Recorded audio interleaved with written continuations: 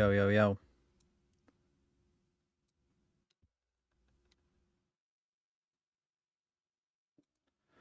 What's up, everybody? Kalfka here, and today is the day. Man, I've been excited all day about this, and today is the day that we got the Campfire chat release. So I didn't see anything about it, nothing. Just gonna watch it live on stream, and hopefully get some great reactions for it because I'm super pumped. And gosh, we got like 12 days. 12 days, yo.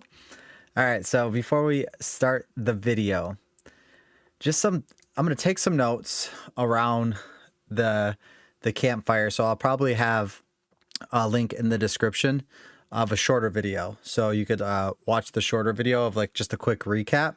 This is going to be the full campfire chat if you're watching this video.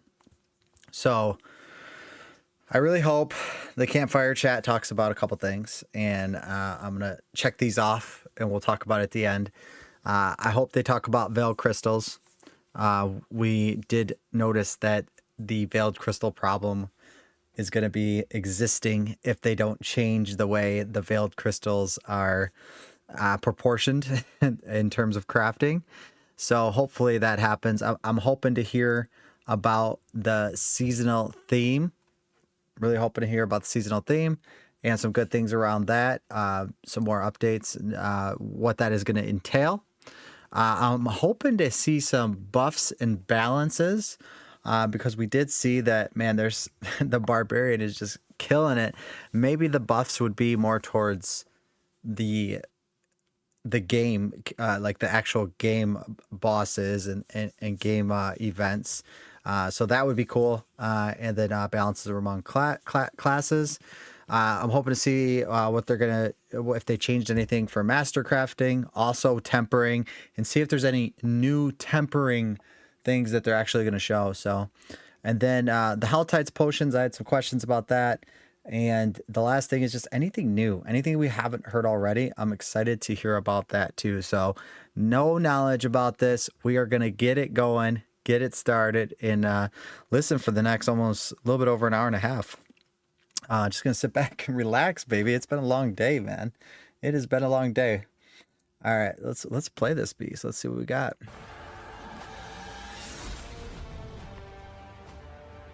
Season 4 is going to be the biggest update we have ever made to Diablo 4 since it has launched. Our focus on Season 4 is to really make a lot of evergreen updates to the core systems of Diablo 4. In Season 4, we're ramping the intensity across the seasonal and eternal realms through a collection of new activities aimed at ensuring the moment-to-moment gameplay experience is as exciting and rewarding when Hell comes to Sanctuary. Season 4 item changes are some of the biggest changes we've made to Diablo 4 thus far. We've never done anything like this. We are fundamentally changing how you engage with items, how you upgrade them, and along the way, solving a lot of things that we've seen continually. There's a lot of new guys I haven't seen. With our pain points of our existing item system right now. So in this new itemization system, we're focusing on narrowing down the scope of the base affixes. They're going to be a lot. Oh, that was cool. I want to see that. That is cool. I'm not gonna rewind it because we're at the beginning of the video, but I seen Helltide cinders drop from the goblin. You can much more easily parse whether this item is useful for you, and if it is, then you can take it and further upgrade it and customize it to your own specific build. What's up, Stefano? We're getting into it, baby. Is a new system that allows you to really customize the gear that you find. It's first time watching it. I haven't seen anything. And then choose the recipe that you wish to temper from, and then a random affix from that recipe will be attached onto your gear. Tempering recipes can be found from almost all of the content throughout Sanctuary. Okay. I know some people talked about it. Is it May 14th yet? Some people talked about it. They were like, are they going to make it random?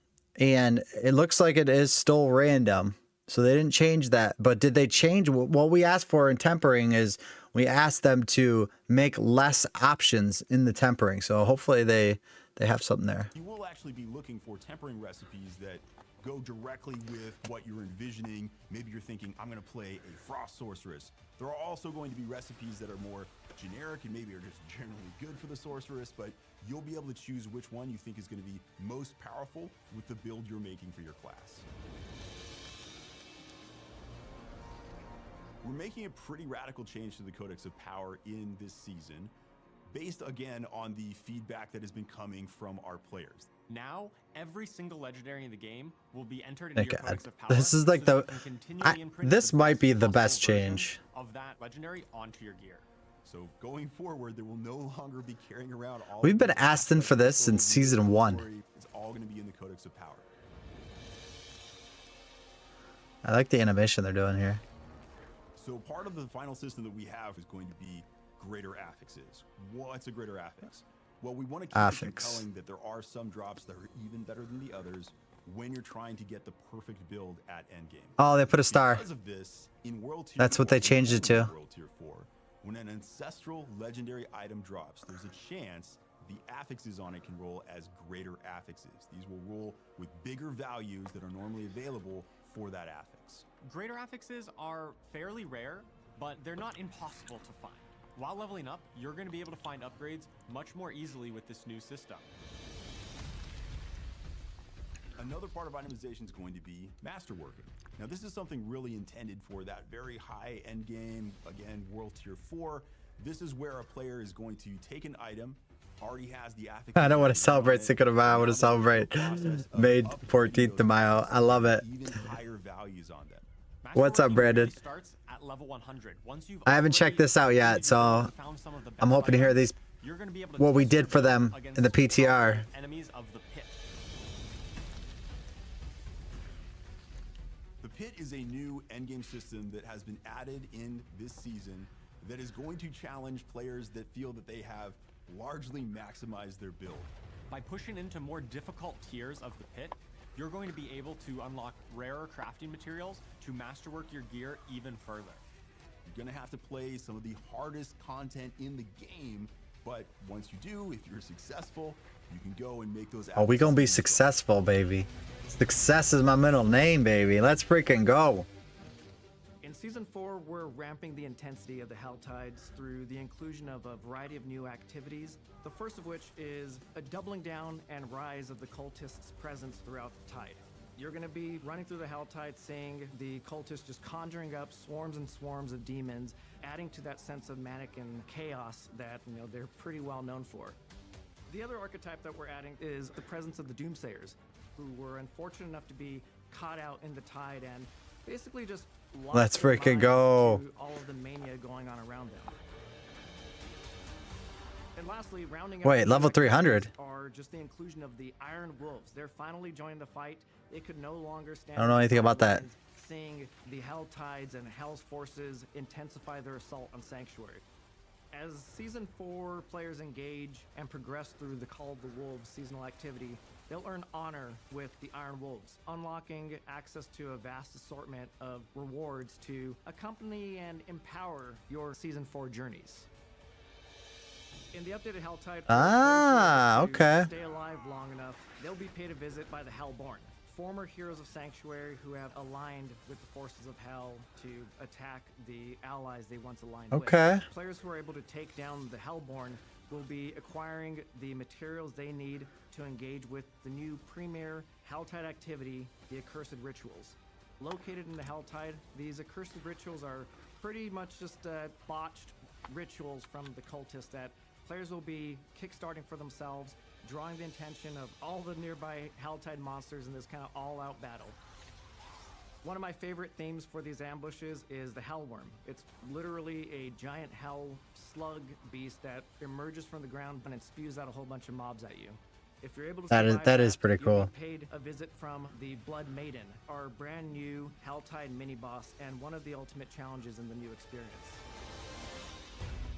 So I think I'm actually most excited about this season because of what you're able to do. Yeah, I'm about to. Well, we'll find out. I'm gonna find out tonight because I'm watching this whole video. And take them to new levels Find out of power everything. with this system. We'll find out, The baby. best part of this update is that you're going to be really empowered to build the character that you want to play. You're going to be able to pick custom affixes and enhance your character in a lot of new and interesting ways. Let's go. Well, yes, new builds, baby. All right, let's see what they're gonna say. Let's bring the. I want to know what they're saying about the PTR. Like, what did the PTR do for him? We were just watching a video and everyone was finger gunning the screen for no reason. And everyone's like, what are you doing, Adam? Yeah, okay. Hey guys, how's it going? Welcome to another Diablo 4 developer update live stream. My name is Adam Fletcher. I am the community director here for Diablo. I'm joined by this wonderful panel, plus an additional head, which we Heck will yeah, call I'll be out, there but, with you, bro. We only have 4 seats. So Only we have to swap people around as we go. We have to do the same thing we did during the PTR stream, which was like we swapped out like Joe Shelley, and we put in Adam Jackson. That's true, we did do and that. So we're gonna play more magic tricks today. But do you guys want to do a quick intro to yourself to the wonderful Diablo community? Sure, I'm Joe Pipora. I'm the associate game director for Diablo 4. And I'm Adam Jackson, the lead live class designer for Diablo 4. And we have a new face. Hello, I'm Colin Feiner. I'm the lead live game designer. Awesome. And then we're actually going to be joined by Derek. Who are you?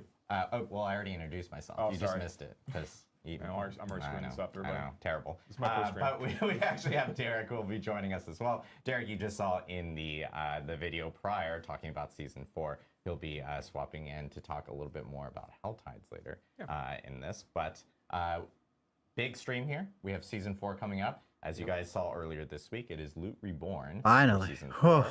And a lot of players 12 actually got to days. experience it a couple weeks ago with PTR. PTR. This was our first Diablo 4 PTR.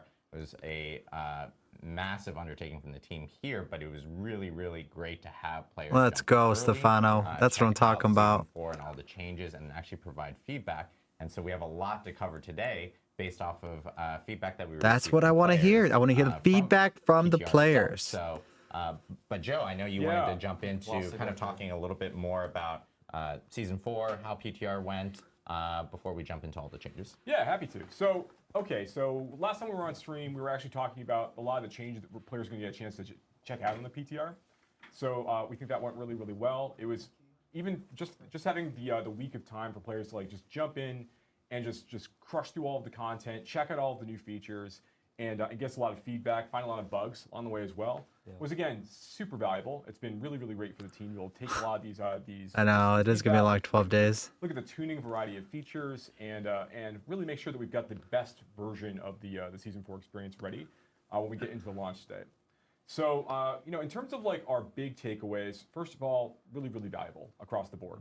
Season 4, Season Loot Reborn was, as I mentioned during the PTR stream originally, was really our opportunity to go back. I see. I'm not the only one taking time off. That's I'm talking about, Bird. The launch of the game from 2023. This art is so good.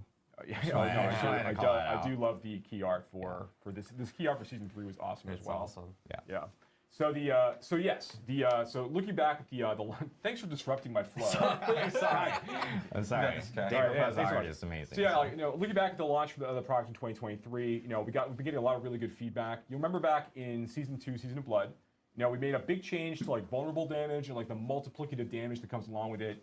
We made a change to the way the elemental resist worked. Yep. And there were a lot of things we had to do to make those changes like really shine through. There's like a lot of Paragon nodes that had to get updated. There were a lot of like legendary aspects that had to get changed. There was just a lot of itemization stuff in the background that we had to do to make those systems work better and lift up other things around them, like overpower, for example, to make that feel like it was in a better spot. So now that we're looking at Heck yeah, man. That's one thing I'm all about is making sure, one, I use all my time, and then my employees use all their time. You got to. There's a lot of work we need to do, like make sure that all of these things really all fit together cohesively. So, I mean, as people got a chance to see on the PTR, like the introduction of things like the tempering feature, which we're going to talk about. Riding around a dozer, a dump truck, thinking about builds. No, man, you're good, Brandon. I'm thinking the same thing, bro. Reduction affix count on items overall, so it's a lot easier to go and sort through 25 pairs of gloves in your inventory at any given time, where you don't really have those same situations. We reduced the number of items that drop in the game experience overall, but made sure that the items that are dropping are just more valuable and more likely to be upgrades for you, or something you can kind of like build into an upgrade. We introduced the masterworking feature, right? And I see what you're saying. Colin helped head a lot of these things up, right, during working with the teams. So they introduced the masterworking feature where players can continually upgrade items to increase the value of the affixes, and then at ranks 4 and 8 and 12, you get to like kind of crit on one of these and make them even better. there's a lot of things were introduced. There was we added the new content type in the form of the PTR. Get married on Sunday. It's like this new extremely deep and deadly dungeon dive players get to go into once they get into the That's towards the awesome. end game when you're getting to 85, 90 your character level. You're starting to kind of dip into that space. And that's Like day one, baby. 85, 90 on day one. And Let's we learned a lot of go. really great lessons from like Greater Rifts in Diablo 3 because we think there was some really cool content there. So there's some really fun. At least they admit that. And then Also the Codex of Power updates. You no longer have to save all your legendaries all the time. Codex of Power updates, So which I was good. to be fair, I've been I've been so excited about the Codex of Power updates. I've been teasing it for like 6 live streams. I feel like it's just not It's so before good. BlizzCon. I feel like I teased it at the end of a live stream, so it's just what it is. But again, super excited about the Codex of Power changes. That is very transformational. Like now, when Legendary drops on the ground for you, you just salvage it, you get that aspect, put it into your Codex, add the role that you got, and you just get to use it in perpetuity. And we actually have some fun ways, we'll talk about later, how we're playing with that a little bit as we go. So, I mean, all of this stuff and more, we made huge changes to Helltide. I know Derek, we talked about in a little while, as he helped lead the team, that did a lot of the work for that. And we got to All right, introduce let's the go. season Let's B hear what the in form of, PTR and did. then the reintroduction What did we of do? The Iron Wolves mercenaries, the players be working with during the course of the release. I know that we showed a little bit of that off a lot earlier. And I'm just really excited about the release overall. I like it. As this was an opportunity for us to work with not just the season team, but also the live team and lots of support from the systems group. 85 day And one. there's a lot of We things ain't being sleeping, done baby. for, the expansion. Bring in that's coming Case out of eventually as well, Monsters. like Vessel of Hatred. So being able to really organize teams and make sure that we're in a really good spot to provide this really big update for the game has been very exciting. And the feedback, going back to the feedback. The feedback from PTR. Oh, with the Codex, really guess who? What up? It was great With the players Codex, there. man. The And Codex just- change, you're gonna have we're gonna talk plenty of about loot some of those space. things today. I know that some of this information And has less been, loot's dropping. We talked to a few press outlets. We talked to a few different people, and some information is getting out there. But I want to make sure we can provide a little bit more detail. Because I know this is the audience that wants to know the real specifics. We're going to get into it, right? And we'll also have our Q&A as we usually do at the end, where we can get answer some more questions the community might have as we kind of go through the whole thing. So yeah, that was at a high level. That's what we were feeling about the PTR. Feeling pretty good about it.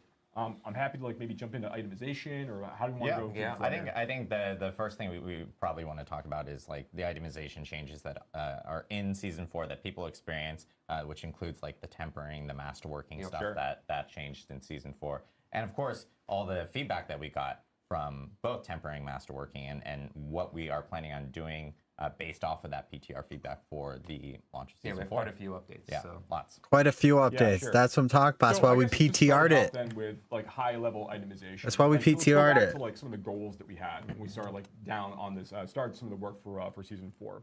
Now we want to make sure that first players were having an easier time comparing items in their inventory. It's actually one of the first things we started thinking about when we began discussing what we thought needed to change about itemization, because the experience in season 3 and season 2 and other seasons has really been the player. You'll get into you're running your high tier nightmare dungeons. You're getting lots of drops. You're sorting through all of this stuff. You'll have items that are this is a 904 Oh, look at man. They hated it too. sword, and this is a 909 eye power. He's like, I sword. stopped Now playing it's got, too, 6 man. helmets at all, or have a wide variety of affixes on I them. was still We playing, wanted to, man. again, just to quickly hit stopped this, playing. We wanted to make sure that What's we had a happening? lower number of affixes overall that could He roll was, on different he item was there slots. a look of Because disgust on his those face. affixes were more generically useful and stuff that you could really build around, as opposed to having lots of really conditional affixes going back to the damage on Tuesdays joke. That's The shirt that the shirt that Mr. we Mr. Adam Jackson is literally wearing it now. Well, we'll find out. I'm sure everything's gonna be here, man. It's always funny. There's also So, notes. obviously, I didn't even look at jokes, those right? yet, too. They Jokes put the are always release funny. notes recently. But the truth is, we want to make sure that I think so too, man. We run that gauntlet, just us. Players would be able to opt into them in a very specific way. So initially, want items that you're really dropping for you to have more generic. He was like, yeah. just more valuable for you overall. And It was a little also, weird in as a result of season this, 1, make 2, it and easier to 3. compare those items. It was a little weird one in change season we 1, made, 2, we and actually 3. reduced the number of affixes that can naturally roll on items. Affixes. So now, Affix. a rare item can roll Everyone says it it different. I like affix. But then later on, there's other systems you get to introduce. We will talk about in a bit. It lets you introduce more of those. Yeah. And we did that, so it's just easier to go through things. We also made all items post level 100 925, so you're no longer comparing like the designer number that's like 904 to 925. You're just focusing on what's cool about the item, which is the affixes. Yeah, which is super important. Because there's a lot of situations where, like, Affixes. if you're level 100, like Blood Harvest might be a lot of fun, but Blood Harvest is Yeah, you're right. high power 900 Brandon. for you. And at that point, I don't know if there have Gauntlet. why would you want to keep even Blood Harvest, which players really love? Like, why would you want to keep engaging? Well, Pit's similar engaging with anyways. End game items format.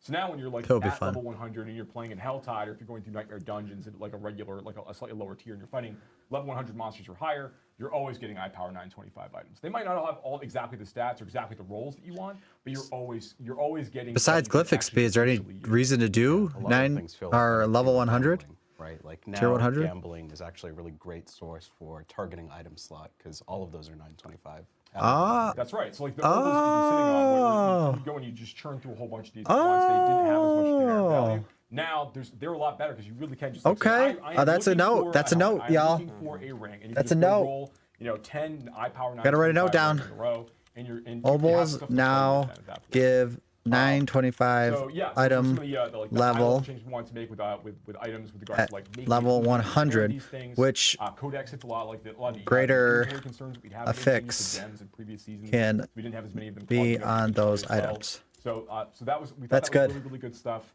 But then we knew that we wanted to make sure that that it wasn't just about like we weren't gonna like add another tier of eye power to items. That's that wasn't big. the way to make items LSX, interesting for what's players up? and We reward just got a note. one Our of first note. the core things that we really want to focus around was the idea that like items have a journey. The best items have a journey, right? So We just got to know. It said Obols now give 925 item level at level 100, which greater FX can be on these items. So that's cool for gambling. All right, sorry. All right, they're talking about a journey with items now.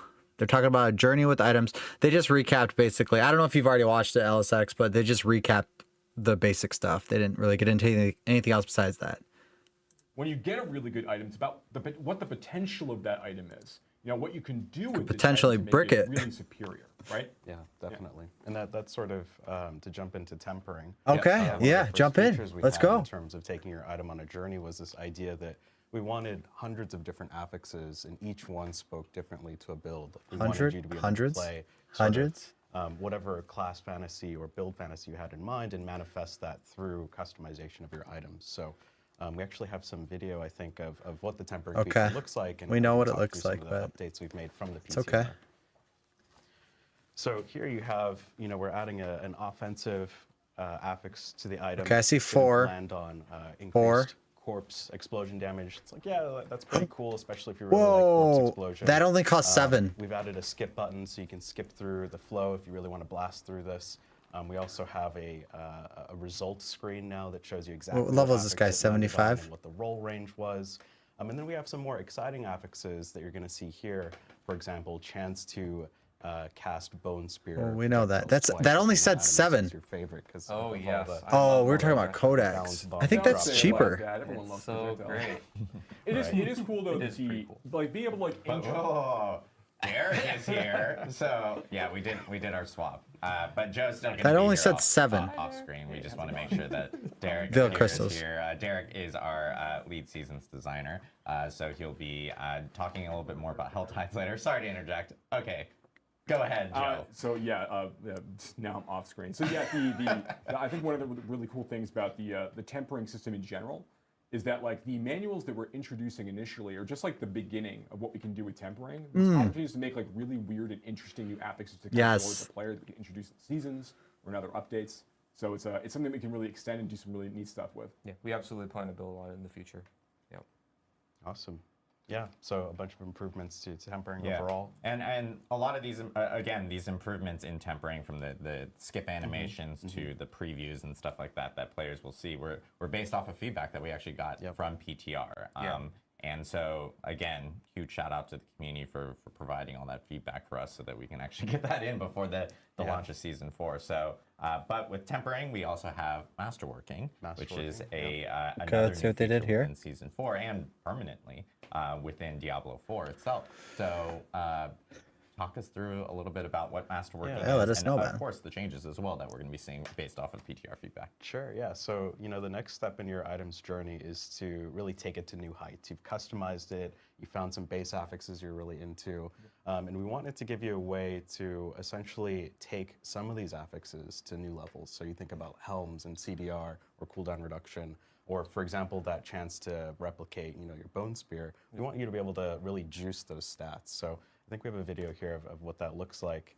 Overall, what we've really done is taken a look at the feedback. We got a bunch of feedback that it was tedious to upgrade these over and over. So we've removed the animation from ranks 1 through 3. We've kept the critical, upgrade. We have the animation still there, but you can skip it.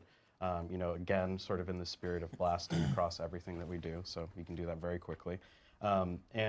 Another piece of feedback that we got was that part of the masterworking process allows you to reset this. And why do you want to reset this? It's because you want to hit that specific affix you're looking for. You want to juice a specific affix. And sometimes you might miss, right? Which means you want to reset that item. Yeah. So part of the resetting sort of requires you to get lower tier materials. You're going to get these from the pit. We'll talk about that a little bit later. Oh, I hope they do But something about that. We saw a bunch of feedback that it was really tedious to create like 1,000 caches and open up Yes. them in town like 100 times, right? It's super annoying. The town is lava. We want to address that. So, town is lava. multiple That's scales pretty of funny. material conversion to those caches. This is a short-term solution. We have something in the future planned. It's just not ready yet. So, while it's not the perfect solution, it does get you there a little bit quicker. There's multiple conversion rates of materials, so you can turn, one legendary material into a much higher count of materials based on the tiers that we have in that crafting system. So, again, not the perfect solution. We have something coming in a future update. Cool. Awesome. So yeah, a lot of changes coming for Masterworking based off of feedback. Masterworking, of course, being a brand new, kind of that end tail of They didn't talk about it failing. that item journey that you'll have. You guys didn't. Even after tempering and stuff like that. So, So wait, yeah, I'll say can another it thing fail? that was brought this feedback was about veiled crystals, right? Oh, We were yes, finding out that you yes. need Yeah. for crafting. We did. Won't we fail. did, and I can totally talk about some of the stuff we've done just overall on itemization. Yeah. Veiled crystals Okay, is one of veiled those things. crystals. Yes, we Yeah, talked so that a I'll talk lot. about- Let's go. First, I want to touch on rare and magic items. That was something we made a change from Season 3 and Season 4. That's good. Legendary items are just generally straight up better than rare items now. And part of our goal Okay, there is straight up. really to ensure that players aren't sifting through sand, looking through thousands of items. We want to just call it out, like legendary items are legendary. At the same time, we acknowledge that, there is some coolness to knowing that certain magic and rare items could have value to you, right?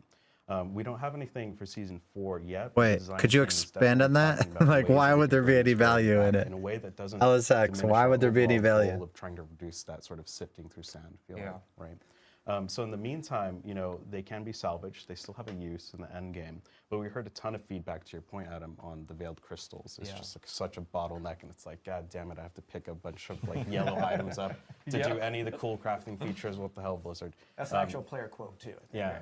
Yeah, early game only. Yeah, so what we've done is we've made it so that legendaries break down into equal amounts of veiled crystals, so you can just not pick up yellow items. It's just a bonus now. We've also made sacred and ancestral items break down into 2 and 3 amounts of salvage. So sacred items will break down into double, ancestral will break down into triple. So we're effectively tripling the output of a lot of the salvage here. And I know, so Okay, more one, veiled that was crystals. Probably the most vocal feedback that we got from Yeah. players. About, Maybe a little bit. Yeah, of like, Tuning, I need you more know. veiled crystals. So I know that Yeah. there's changes coming for that in Season 4 based off that PTR feedback. Another, probably maybe what was the second, change? maybe also the first topmost our largest feedback piece that we got is around greater affixes and the visibility related. More to those. mats. Don't So sell there are anything. changes Do Trio going Whispers. Get into gold. That for Season 4. So, Yeah, yeah. Colin, do you want to talk a little bit about that? Yeah, let's see we what they wanted, say. the dopamine, that was a big goal also of part of itemization, is just like seeing an item hit the ground and just being like, oh, I like that jackpot moment, Yeah, right? So, that's really important. so we actually have some video here. Oh, to show good. of Yes, what I want that actually looks moment. like on the ground. Okay. So you yes. can see, here's the weirdly long named item with the picked a greater good one for affix. that, Yeah, right. Unyielding Commander's sacrificial sickle. I know, right? Yeah. So we have a 1 greater affix star. It'll go up to 3 or 4 if it's a unique item, which always feels incredible. So it shows up on the ground when it lands. And then if we can go to the next video, we actually have an indicator now when it is in the inventory. Oh, yes. Thanks. Good. We asked for that too, baby. That was something we wanted. That is good. I'm disappointed I can't see like the Easy to pixels. see. It's not zoomed That's in. got to be easy to see, baby. So that's been enormously helpful. It's Yes. really The inventory was kill the like pain Fury or point. one of these Like, tormented bosses and they drop a ton of because them on the ground. eventually we're See gonna get to the some point of now, these Sex, where we stars just on want to the look for pixels. those. It's a feel great moment. Yo, we're not gonna Yeah, look for anything like, else. Not sifting through the sands, you clearly see Yeah. that icon. You know that has value to You want you. to know what's valuable. Exactly, Something that we especially really and want. again, Yeah. even on the Oh, the man. icon Oh, man, itself, let's like, go. your inventory, We're getting there, boys. those are my We're good getting fact- there. affix, 12 days. items. And long gone are the days of the Roman numeral. We Right, you didn't like that? You didn't like we the will. designer We solution? will. But see, it's funny. Right. I think internally we knew like, oh, that's probably going to get changed. We had a few jokes about that. But Sure. I know. Jeez. One thing I want to touch on real quick before I move on to itemization. Oh, if that's jeez, okay, Adam. Is, we actually, to touch on the veiled crystals, I think players are going to want to know this, is we reduced the imprinting cost of Yes. effect quite a bit. So that's really going to help the veiled crystals as well. I think it went from like We 75 bagged. veiled crystals We to imprint bagged. on an ancestral armor to 16. So Yeah, it's that's a huge. pretty huge swing. 16. It's way more of your aspects on gear. It's a lot more flexible. So that Yeah, we should- really 16. Want It was people to feel like 70. Kind of the Codex of Power updates in general, which I'm really pumped about. 16, let's Be go. able to re-imprint those aspects, Yeah. and that it's something that you're not having a huge cost or huge barriers to doing, Yep. right? Because as you upgrade your gear, that should be part of your I process. wonder, like- putting on your favorite affixes. Yeah. So I wish I would've a lot of leveled changes coming 1 to with 100. tempering, masterworking, Big itemization. difference. Big win. and I Big know, W. Did we have any other changes that you wanted to cover before we move on to the next section? Nobody gets excited about getting veiled crystals, you know what I mean? You get excited about greater effects. One I think is worth mentioning, Colin, you may want to talk about, is the masterworking. I remember we got a lot of feedback about the fail chance. Oh, that's Oh a yeah, great that's point. true. The Yeah, fail yeah, chance we yeah, took. yeah. Funny We enough, made that some was like updates probably the based on biggest thing changed. That was a pretty big one. Yeah, We talked that was about a the lot. first. Oh, good, bullet they're and I talking about it. somehow missed it. Yeah, so we definitely felt like there's a ton of feedback that the double random chance was just a little bit too much, and we agreed, so we just took it out. Yep. It's just fun now, just upgrade the item. We adjusted the material costs a bit, but the fail chance is no longer there. Yeah. Yeah. Awesome. Cool. Well, Yeah, thank you, Colin, for you have going a- through those you have a changes. 10% We'll actually be chance. Back to Colin here later because he still has more to talk about from his novel Yeah. papers that he has Joe, you here wanna that swap he now? prepared. We did want to jump into some of the class balance changes. That Ooh, are this is coming cool. After PTR. Class balance Of course, changes. With season 4, we have a lot of class balance changes Yeah, that we are have on a lot top of of all these itemization changes, and we got a lot of great feedback from players. So, Mr. Adam We Jackson, very much did. Adam Yes, Jackson. let's run through these. Yeah, so The basically... classic Adam Jackson slides. Yes, I love my slides. We have kind of 3 categories of things that I'm going to be talking about today. Again, thanks to everybody for playing on the PTR. We did get a ton Welcome. of feedback. I'm not going to go over the specifics of everything that changed, but I'm going to go over kind of the categories of things, Lessons. just because there's a whole lot of changes. One of the first big ones was endgame survivability issues. So this is kind of talking about those people that went really far into the pit, and this is kind of something that's been happening on live as well that we wanted to address. And there's this Thanks, all the phenomenon when you PC get players. really deep into the game. And you're Hey, fighting if it would've been high-level available for monsters you, where, you would've hit a been there point too. where the monsters are kind of easy and you're able to blow through with your really powerful builds, and then you kind of get to a point where they start one-shotting you. And it can be kind of mysterious and hard to understand, like, what's going on, why did this happen? We've also had some issues balancing that kind of top-end survivability when you get to those hard monsters in the game. One of the reasons for this is that variability in player defensiveness has been really high traditionally. This is why when you look at the new items in the game in Season 4, you don't see a damage reduction very much at all. It's a very premium stat now that's really hard to get. And it's to help solve this problem of Gotta get a someone Shaco. stacking all damage reduction versus someone who has none of it. Their difference in effective health and survivability is really, really high. And so it makes it hard to balance the game. Another part that we wanted to hit was really armor. That armor is kind of a really confusing stat. It's not really well understood how it works. And I'm going to be going over in a little bit how it works and what we're changing to kind of Nice. address both of these issues a little bit. Okay. Next is that some stats can get really high. You know, we added all these crazy awesome stats, and you can juice them with masterworking and crit them and all these things. And it allowed for some really crazy things on the PTR, which people love to post constantly at me. And Yes. to be clear, we like crazy things. You know, it's awesome to get powerful and have that fantasy. We do have to take into account things like combat clarity and computer performance to make sure that the game can still Like you run, can't see the very screen well for everybody. when there's tornadoes So everywhere. we made some changes there to address that. You mean it's not fun to just not see the screen or the ground? I think it is for a little while. Like it is hilarious. I think. Yeah, it's funny for a bit, but when you can only see like patches of ground occasionally, And when one player can do that, Crashing let alone, computers. 4 of them in a group. That's hilarious. Great.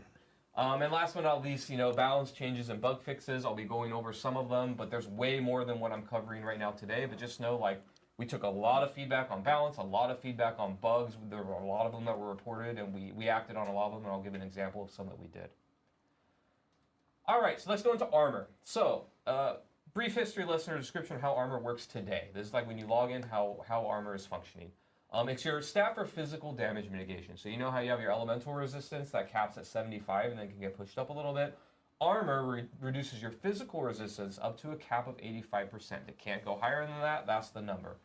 But what's confusing is the amount of armor that you need to get to that 85% cap is actually based on the level of the monster that you're fighting. Okay. I gave some examples here. These are the actual numbers in the game. What is the percentage? So if you have a level 50 monster that's hitting you, whacking you, then you need 5,265 armor, and then you'll be at that 85%. So you need 4,000. 100, and every level, like 51, 52, 53, it's good. That number is going up of what you need.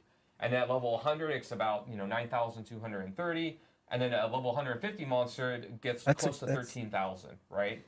And so what this ends up, kind of creating is that the player really never knows when they're done with armor, right? So I'm pausing it for a second because I wonder if it's a percentage that it's going up. 50. All right, level 50 monster. 5,065. Level 100 monster. 920 30. Oh, you're right. Shoot. Yeah, my bad. That number can scale This up is why I'm forever. watching it It's with not you the game guys. System under the hood. So when you're fighting these monsters and they get way higher level than you as you scale into the pit, That's or funny. find My your bad. dungeons or whatever, you don't really know how much you need. And so this is kind of really contributing to that phenomenon where you're fine, you're at the cap, and then the higher level monsters just start one-shotting you. So in Season 4, a lot of it's going to be the same as Season 3. It's still going to be your source of physical damage mitigation. The cap is still going to be 85%. And you're still going to need escalating amounts of armor as the monster level gets higher. Okay. But what we're changing here, if we go forward a little bit, is that armor is now going to cap at that level 100 monster number. So that 9,230, you can write down this number. We're also going to later get into the tooltip. We couldn't get it in for the launch of Season 4, but we'll have it soon after. But it's kind of going to be like elemental resistance. What? You get to this number, and then you're kind of done with the system, right? So armor is just another thing on your checklist. Once you get 9,000? As far as defensive survivability, and once you get it, you're done. You can get it from gear, legendary aspects, and so on. Particularly in Season 4, I think this will be a little bit of an easy number to hit. We're not trying to make this super difficult or hard to do. It'll be very achievable for you when you're a level 100 player. What? So here we have a zoom in on the tooltip so you can see this player has, way above that 9,000 So wait, of armor that what they about need. if the They have level close to is 60,000, 150 but though? you can see there, Oh, that it's capped out at that level 85% 100, you need And 9,000. again, soon after the launch of Season 4, And you're we're gonna always actually gonna have put the cap and use up 85%. the number that you're chasing, because we want you to know what the goal is that you're trying to hit. So that means they have a lot of room for optimization. 9,000. Yeah, this What means was that it? this 9,000 player can what? actually give up armor on some of their, tempering or item affixes and look for other stats. Like that's kind of the point.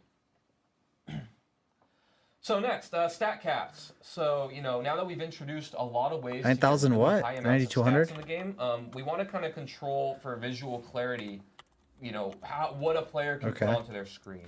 So kind of similar to some caps we have already in the game, like attack speed or elemental resistance. We're putting some caps on cooldown reduction and the increased area size. Like When you it's write really that fun down. to get those giant frost novas that cover the screen, but when it goes like 2 or 3 screens away, it can get really noisy and messy. So we still want these stats to be really powerful and impactful, but just control a little bit the amount of insanity that they can bring. Oh, And 100%. one thing on this cooldown reduction That's a cap, big to be change. clear, this is not just CDR across the entire game. This is just capping what you can get from gear. So this is like the base cooldown reduction you get when you first cast the skill, what it's going to be. You can still get cooldown resets or additional cooldown effects from things like the skill Oh, tree that's a big or legendary change. powers that The just increase increased cooldown area resistance size as you cap, use certain mechanics. 100%. This is just like the baseline cap that comes from your gear.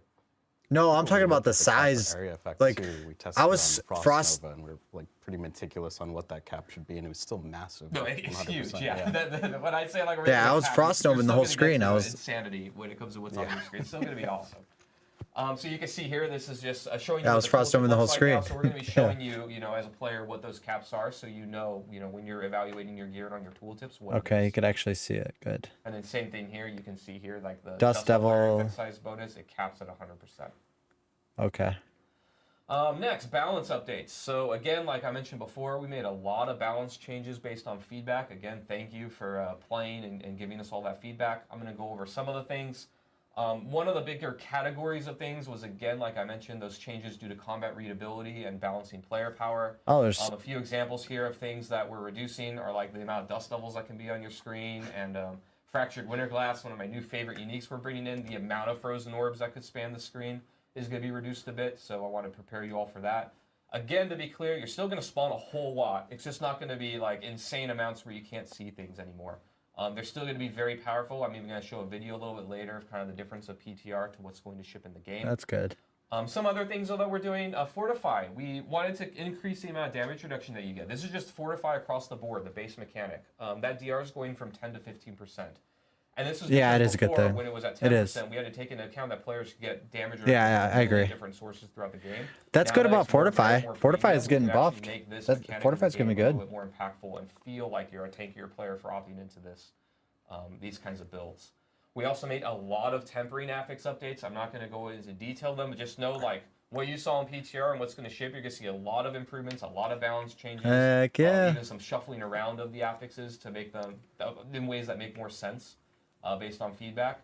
And then we did do some class changes as well. I'm only going to give very few examples here, but just know that there were quite a few. One is Druid players. Companion Druid players Druid? always harass me. They want that build to work, and I agree. It's really cool. So we increased their Druid the health of Druid wolves by 200%, and we also reduced the respawn rate and cut it in half. So we got feedback basically that their companions were really good and fun and did damage, but in the late game they just kind of died and couldn't survive. So we're doing this to kind of address that feedback. Good. All right, so here's dust devils as an example. So you can see on the left, this is just one barbarian by themselves, the amount of dust devils that they could produce, right? And then on the right, you can see kind of the same barbarian. You can see like the dust devils around the areas where the enemies are, they're still getting hit by a ton of them, but it's not covering the entire screen, right? And especially when you get like 3, 4, many players together, it really becomes insanity. Yeah, Yeah, I when you're agree. in a LSX. party of 4 barbs, or Yeah. it's just like everyone's a barb, and I don't know where I'm walking. Yeah, and other classes can do that kind of I don't know thing too, where not I'm just walking. bar, but this was kind of a good example. So I you mean, kind of see the what- difference between PTR. How great was the Next, we have PTR? another Now class change, that stuff Scoundrel's changes. Kiss. This is another one of our Wow. uniques that rogue players gave us a lot of feedback on. So a quick summary of how this new unique works is it kind of changes your rapid fire skill from shooting straight and hitting a single enemy into kind of a mortar skill where you shoot up into the air and then your arrows fall on the ground and explode. It's really, really cool, but one of the pieces of feedback we got was Thank that when Rob you for launched breaking the arrows, game. they would kind of go in a line and they wouldn't all hit the same enemy anymore. So if you were trying to single target Those are good damage, it stats could on actually that. be a nerf unless you like walked right up to the enemies and shotgun them. And while there was a way to play around it, players weren't really happy that like we transformed the skill so much that it went from a range skill to kind of a melee skill. So we made an update here, and we have a video of the before and after. But basically, you can see on the PTR on the left here how it goes in a big line, and then the player has to run right next to the target dummy to do the full damage to it. And on the right Oh, now, that's weird. you'll see basically you target where those arrows are going to drop, and they just all go to that area. So you can hit a single that's enemy, cool. but you also hit all the enemies around it because the arrows. Dang, that guy's explode. blowing things Which up, is a hitting lot for more millies. useful compared to before. Can Scoundrel's Kiss ricochet with my rapid fire? I'm pretty sure yes, it can. So it God. does all the things and inherits all the things. Yeah, that that rapid first, fire the does. PTR version was So you can stupid. Double projectile. That's weird. I'm pretty sure it can, just like everything else. Yes. Yes. Yes. Spam everywhere. Yes. We love spam. And last but not least, bug fixes. Like I mentioned before, there were a whole lot of bug fixes reported to us. Thank you all. Fix for issue getting where them. Flame We Weaver was able to addressed pretty much split every a single fireball one into that was multiple reported. times. I'm giving Firewall some are stacked examples on top here, of but each again, other. We've done a lot more than what I'm showing on the screen. One was Druid's Hurricane was incorrectly scaling damage basically infinitely, so we fixed that. Ebon Piercer, the extra missiles from our new unique, they incorrectly had 100% lucky hit chance, which is proccing a lot of crazy stuff. And then Flame Lots of Weaver, crazy. another one of the new things we introduced to the game. It's basically an effect where you can put a firewall on the ground and then you shoot firebolts through it and it'll split the firebolts. Really cool fantasy. But what happened in the PTR was you could stack a bunch of firewalls right on top of each other and they would split the firebolts multiplicatively and add more and more, way more than intended. So you could fire a ridiculous number of firebolts, which were crashing servers and things. So it wasn't great. Crashing But now we servers? fixed that so it'll work properly. I wish I would have seen that. And again, we're still discovering and working on other fixes. There were a lot more that went in. If you reported it, it was very likely fixed. So basically, the build will be in a much better stable state. That's funny. To watch. And You that's didn't really see it volume 'cause it feedback crashed. again. And yeah, Awesome. that's my section. So. Lot of changes coming to classes. Class balance feedback we got from PTR was really, really great. You know, we able to make so many different changes there. Of course, some of the biggest ones like the readability stuff that we probably saw. Seeing the initial videos of like the dust devils everywhere was crazy. Also, thing is, being in a party with like I was playing PTR and being in a party with like two barbs and like another like necromancer. I was like, oh okay, like what's going on right now? Yeah. PTR is one of those things you get to see things in development state. I will say these kinds of things are actually pretty common when we're developing anything. Is being able to create these crazy situations, and we have to fix it for the game before it goes live. So. That's kind of the advantage of PTR. yeah. Players can find these things. Now they're getting the hang of That's it. a lot more manpower. we can Nice. do than we PTR do was internally. super great for us to have, and thanks again to the community for the feedback on all the class balance changes, and thanks Adam for walking us through that. The next thing we do want to talk about is with Derek over here. Derek is actually going to talk new a guy. little bit about, of course, all the immense Helltide changes. Probably one of the most popular features and changes that we've introduced in Season 4 with PTR and people being able to experience it. Of course, we got feedback based off of players jumping into Helltide. First, like, I win. I like it. And then we also want to talk a little bit about the My season man. itself with Derek. So, Derek, want to jump in? Yeah, just a few things to cover. So as you mentioned, the players who joined us when the PTR or caught all the various like blog and video posts and whatnot. Yes. Know that with Season 4, we're introducing permanent upgrades to the Helltide experience. Heavy focus on improving and enhancing, I guess, monster density and activity variety. So there's ton more things to do in the Helltides, and as a result, there's just ton more monsters to mow through in the Helltides. There's also some explorations, and just to What is double this back real build? quick, Firebolt, these are all permanent Frozen across Orb, both the seasonal and eternal realms. So they're not Blizzard? going away once Season 4. What does this is guy just have? how Helltide Part of the works. game. Yep. Kind of like our item updates too, right? Yeah, This now and is the forever. new world we live in. Yeah. This is Sanctuary. But there's also, if you kind of look at the top right of the screen, the threat system. So the longer you're fighting in the tides, you're going to be accumulating threat, which just results in even more monsters ambushing you at higher frequencies than monster packs. I think the personal favorite, and like fan favorite, is the Hellworm. This giant demon slug bug that just pops out from the ground and just vomits monsters all over you. But, Level kind of with all this, 37. Hellborn. the seasons, as we say a lot, are an amazing opportunity for experimentation. That's cool. And sometimes the best results of those experimentations are when they can inspire permanent upgrades and just enhancements to the base game as a whole. So that's where the Hellborn and the new Accursed Ritual and Blood Maiden come into play as part of the new Helltide experience.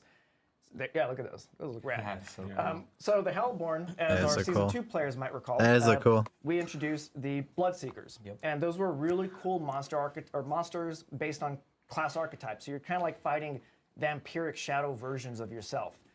And we take a look at that content, and we just love it from like the team perspective, and just find like, hey, we're upgrading the Helltides. This is a perfect piece of content to just include with it. So that's where the Hellborn came into play. They're fallen heroes of Sanctuary. They've been overtaken by the corruption from hell and kind of turned against you. Kind of in line with that, the Accursed Ritual and the Blood Maiden. Oh, good. In Season 2 with the Burn. Bloodlures and the I'm glad. Bloodseekers, I wrote that as one of my introduced notes this concept of, I guess, that I hope just I like hear. open world social boss summoning. We followed up with like the there's a buzzer right there. It's very, very, very catchy. Rolls right off the tongue. I love it. I get into my designer speak sometimes, but yeah. And we followed that up with like the Malthus spawners in Season 3. Yep. And again, looking at these really successful experimentations from previous seasons, we love opportunities to bring players together and just add that extra layer to the Helltide experience. So that's where the Accursed Ritual comes into play. So as you're out fighting against the tides, you'll be collecting the new material, the Baneful Hearts, that you can bring to the Accursed Ritual. It takes 3 to summon up the Blood Maiden. And you can do this, by yourself, or you can partner up with some buddies and all, I guess, contribute to the summoning together. And, the Blood Maiden itself is our new Helltide mini-boss. That she's immensely powerful, but also very, very lucrative. And I think the last thing a little forgot to mention is that this is all expanding into World Tiers 1 and 2 as well. Yeah. Kind of like a distilled, not diluted. So the Helltide in World Tier 1 and 2 is more specifically tuned to, I guess, like meet the leveling needs, or the needs of the leveling player. Awesome. Oh, on the Blood Maiden, I remember you had talked about with me before that the people that summon the Blood Maiden actually get bonus loot drops, right? Yeah, absolutely. So you can either contribute just by yourself to the Blood Maiden and get some extra loot for your troubles. We want to make sure that we give you a little bit extra because you're sacrificing up your hearts. But also, every player that it doesn't stack, so you're not stressed to say, hey, I just need to be the one that summons them all. We can all party up and just deposit our own Baneful Hearts and I guess reap the benefits of that. Yeah. Right. To be clear, so if you put in all 3, you get bonus loot, right? Correct. But like you, me, and Colin are in a group, and like I put in 2 and you put in 1, do I get more loot than you? No. So you get the same amount of loot. Oh, So, that's cool. Colin has a Baneful Heart to deposit. So and we all, it makes sense to bump group. into They're others, trying to and make we it all make get the sense to shared group. benefits of that. Got it, But okay. I will touch on a bit later the PTR updates and just some of the enhanced You get it right, value that LSX? the Blood Maiden received since PTR for both. Oh, the you didn't troopers play. and You probably don't know what it is. Awesome. Yeah, so a lot of Sorry. new stuff coming in for Helltide, and this is all part of the stuff. Yeah, that I get it. players get to experience in the PTR. And of So you course, get have these learnings from the PTR, as you shards just in mentioned. Helltides. You wanna And then walk us through once some you of the have changes that 3 we're of them, making you with could Helltide, summon the all the Bloodborne. PTR feedback that we had. Yeah, I Bloodborne. think I have a PowerPoint on my own. And There you go. Look at that. once you, so Yeah, if we're in a so- group together, Yeah, if we're in a group Some of the together, sweeping changes we'll going both get into the benefits. Helltides and We just don't- overall balance of the game if in we general each at is least poor. And use one kinda with shard. that, sometimes, we Or if push there's a 3 little of bit us too and we far in all some give one regards. shard. So we did get feedback and also just own internal kind of field checks. Yeah, on or if you're a group of the 4, 3 cinder people could drop do it. rates One were player feeling a won't bit get the slow bonus. Verdon in said the that PTR. in So we YouTube. just went back, reviewed it, and gathered our feedback and just iterated on the drop percentage to hit closer to the expectations of how much we want to be collecting the cinders and interacting with the tortured gifts. So I think we're in a much better spot. I know we're in a much better spot right now, actually. So that was one of the first major pieces coming out from the PTR. A lot more chests from this, yeah. Yeah, chest, more loot, more fun. Awesome. Yeah. Let's see next I one. see. Yeah, so on the topic of That makes more sense, is Vern. more fun, the Baneful Hearts, we were noticing that they were dropping a bit inconsistently. So you can get the Baneful Hearts from opening tortured gifts, killing the Hellborn, and one of the Doomsayer variants, one of our new The activity Baneful types. Hearts are for But pits. again, we want to get the Baneful Hearts in the hands of the players with a pretty steady cadence. So we noticed with the PTR that we're just not getting them as frequently as we wanted to. So we just went back, iterated, and kind of reviewed our bad luck protection to just ensure that we improve the consistency that Baneful Hearts are dropping. And this is all kind of like, the Blood Maiden is not meant to be seen as like this highly ambitious piece of content that you only engage with like once every 50 levels. We want you getting the hearts. We want you engaging with the social boss summoning mechanic. And I think it just adds that extra layer to the Helltides we want you to engage with.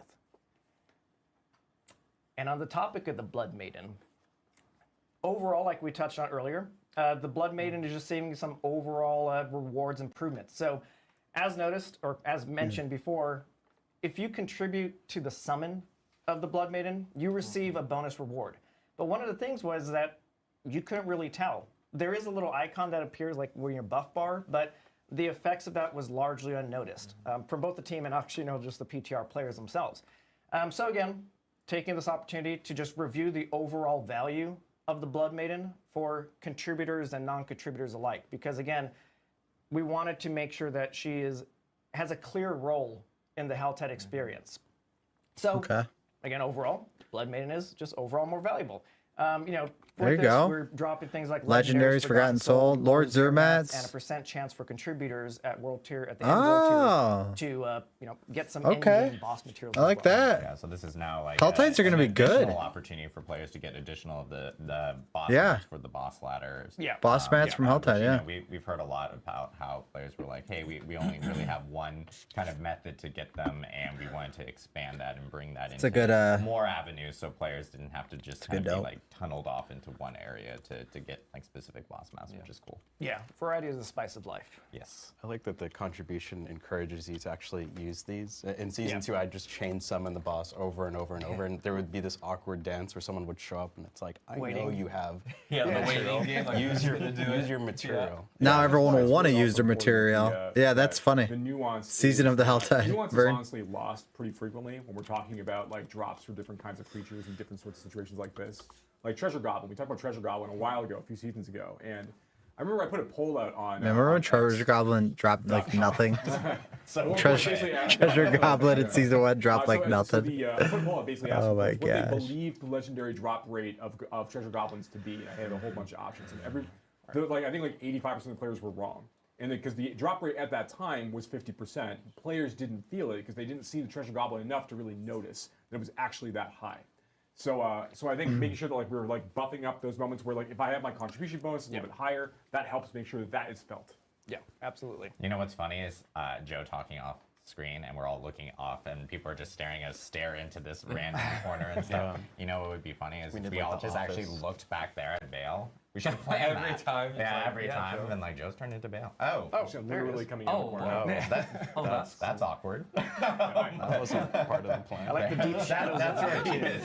Just lurking. Oh man. All right, bring it together, guys. Bring it together. Bring it together. Oh, we have another camera. Awesome.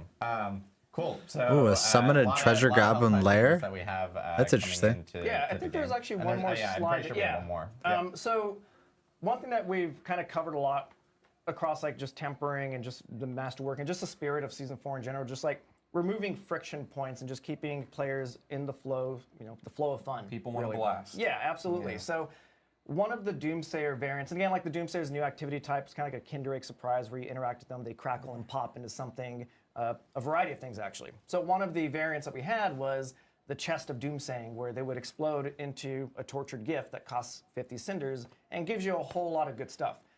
We're kind of reviewing that, and sometimes what can happen is you can encounter one of these at the very start of your Helltide run, and you don't have 50 cinders. It's not a lot to get, but it still is kind of a stressful, potentially feels bad moment. So we just said, hey, let's just have it explode into the loot directly. You save 50 cinders, and you kind of just keep going on your merry way in the tides. So that's one of the kind of like efficiency That's cool. smoothing outs that we've done. The next one is also just we're dumping a whole bunch of monsters on you, and it's always a feel bad moment when you get knocked out of an interaction. You're trying just to open up the tortured gift and head out. gosh, it was 3 we reduced seconds? the channel time to open tortured gifts from 3 seconds to 1.5 seconds, I believe, for Season 4 launch proper. Nice. Yeah. That'll help a lot. 1.5 seconds I way think better. there's some feedback of like, you know, I didn't why even don't we realize just it was make 3 instant, seconds. Right. Right. Yeah. You know, We just kind of saved do wanna so safeguard many against, like, seconds of our accidental clicks. lives. So again, Yeah. it's a frenetic game, so you're clicking a whole bunch, and I think 1.5 seconds is enough time to let you make sure that that's what you want to commit to before you open it. And there's also like because you guys can talk about this. There's changes to like the channeling. Like you I think with like dot damage and stuff like that. Oh, yeah, Oh, yeah, whoa, dot whoa, damage whoa, and whoa, internet whoa. channeling as well, which We is did pretty send good. feedback around channeling. So especially as Did they you are change in channeling? the frantic areas of Helltide and everything. So Yeah. lots of Helltide changes. A lot of good feedback from players from PTR. Derek, thanks for walking through on that. But you're not done yet. But wait, there's more. Yeah, but wait, there's more. As you guys know, like there is, this is Season 4 Loot Reborn, and part of Helltide includes the Iron Wolves. And some people have figured that out even before our blog on Tuesday. But we did want to talk a little bit about Season 4 and the Iron Wolves' participation in that, along with some cool things that are specific to seasonal characters for Season 4 as well. Yeah. So again, as mentioned, the players who joined us in the PTR, or again, It would be on all silly of those for blog posts, anyone not to play will Season notice 4. that the Iron Wolves are now a permanent part. It makes no of the sense Helltides. to They're not play fighting and Season dying 4. alongside the players now, and they're here to stay. However, for our seasonal players, we have the Call of the Wolves seasonal activity, where players will get to spend a bit more 100G time update? with the Iron Wolves and go on a bit of a journey with them to try and uncover the potential root cause behind these rising tides and uncover this mysterious phenomenon that's threatening to corrupt and consume the Iron Wolves from within. In addition to that, again, the Iron Wolves are in the Hell Tides with you. As players are fighting and dying alongside the Iron Wolves and the Hell Tides, you're also going to be earning your way through the Wolves Honor reputation system. And this is seeing you progress your way through a collection of just super juiced rewards that are specifically tuned to overpower your leveling journey from level 1 to 100 Oh, wow. and beyond. The main pillar for this reputation track was really pushing the player's powers forward. The player's power forward, and giving them Are these early new access uniques? to, gear with juice stats, legendaries, materials, boss materials, and even a resplendent spark as like a cherry on top at the end. We love the juice. We do love that. But in the spirit of wait, there's more. Those are all like the gameplay related things. But we also have a couple of really cool cosmetics that you earn through the collective Call of the Wolf seasonal activity. So this is the Iron Wolf Mount Trophy, the little Iron Wolf banner. And, a little bit fast. But yeah, so the Iron Wolf Mount Trophy, we're doing it live here. That's earned from completing there it is. You can get both of them. That's earned through completing the reputation track, and the Blood Maiden head is earned by completing the associated Call of the Wolf quest line. Awesome. Yeah, those look really great. And of course, as you mentioned, Resplendent Sparks. And then I know there's one other item that I know we wanted to talk about with this season specific, because it is specific for season 4. And Yeah. Thanks for the reminder on that. There's so much to cover. I know, there's a lot. I know. Derek has like Maybe we should have some notes, bruh. Of items to kind of go through here. So So Like my man Colin or Colin. The seasonal team, we love our experiments, and I don't think a season would be one without some level of experiment. So with that, we have the seasonal item, or as kind of like call it the seasonal toy, and that's the Profane Mind Cage.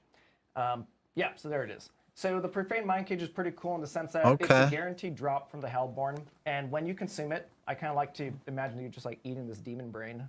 Yum.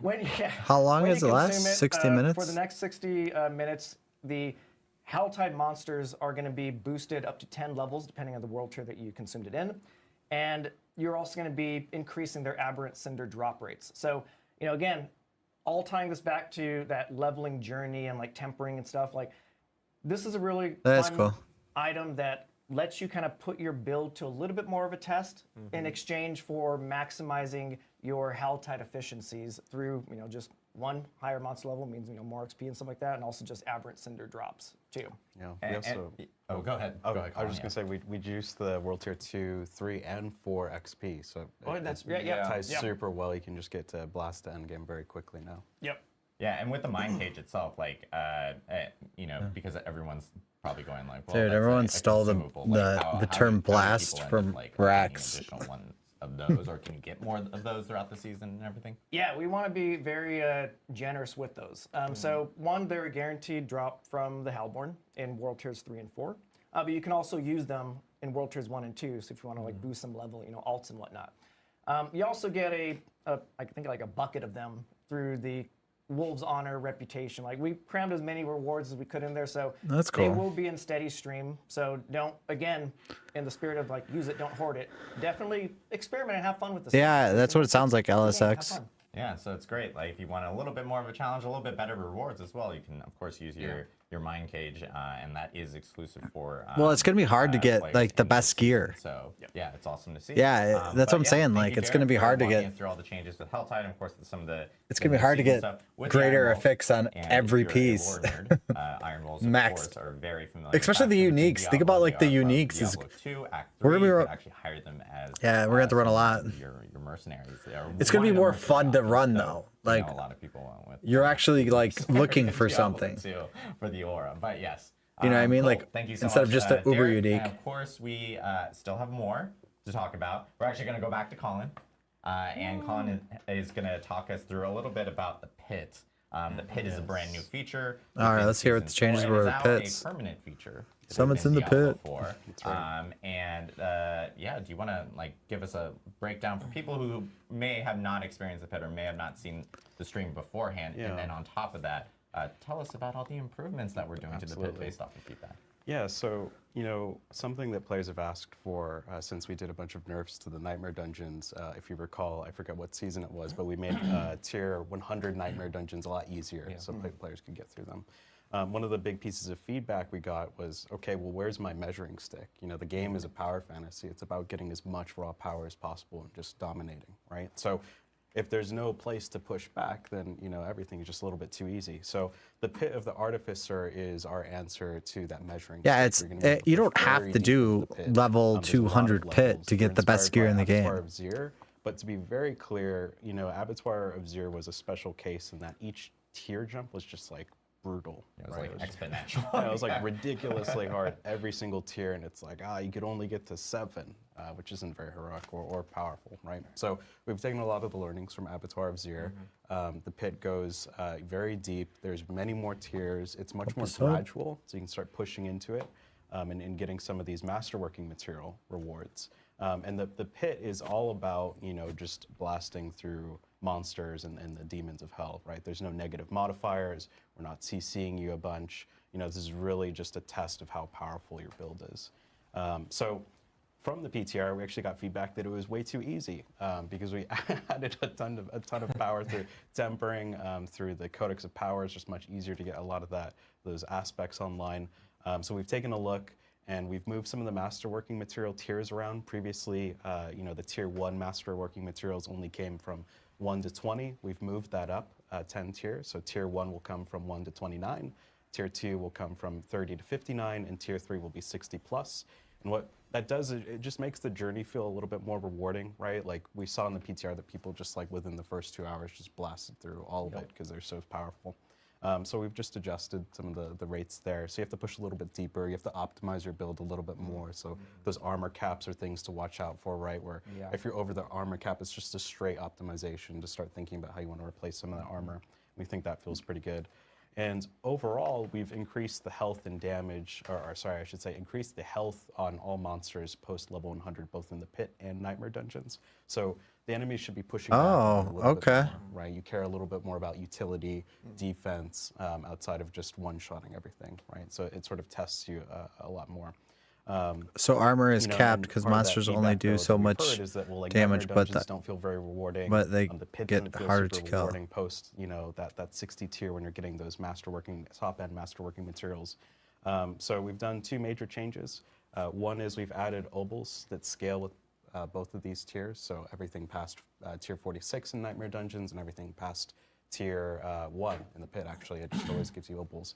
You might ask like, but obols are terrible. But again, Why do I want obols, Colin? I know, right? A big part of season 4 was that we made the gambler guarantee 925 legendaries at level 100. Yeah, I think that's what he Those said. legendaries can roll greater affixes. So if you blow a ton of obols on 2-handers, for example, those 2-handed legendaries you're getting are the same as. Yeah, I was just anywhere saying else in that. the That's game. why I So said it's obols are actually a sweet now. huge efficiency boost. That's in getting good. The items you're looking for. So to be clear, you can get like some of the best items Oh, in yeah. the game You can from get- the obol vendor now. Absolutely. So that makes them a lot more. From the valuable. obol And vendor. One thing that is also He calls it the changing obol is, vendor. when people get obols, they're like, got my cap. And Yeah. He's not the I'm lead like, NPC run designer. down and do- But Colin, the obol cap is fucked.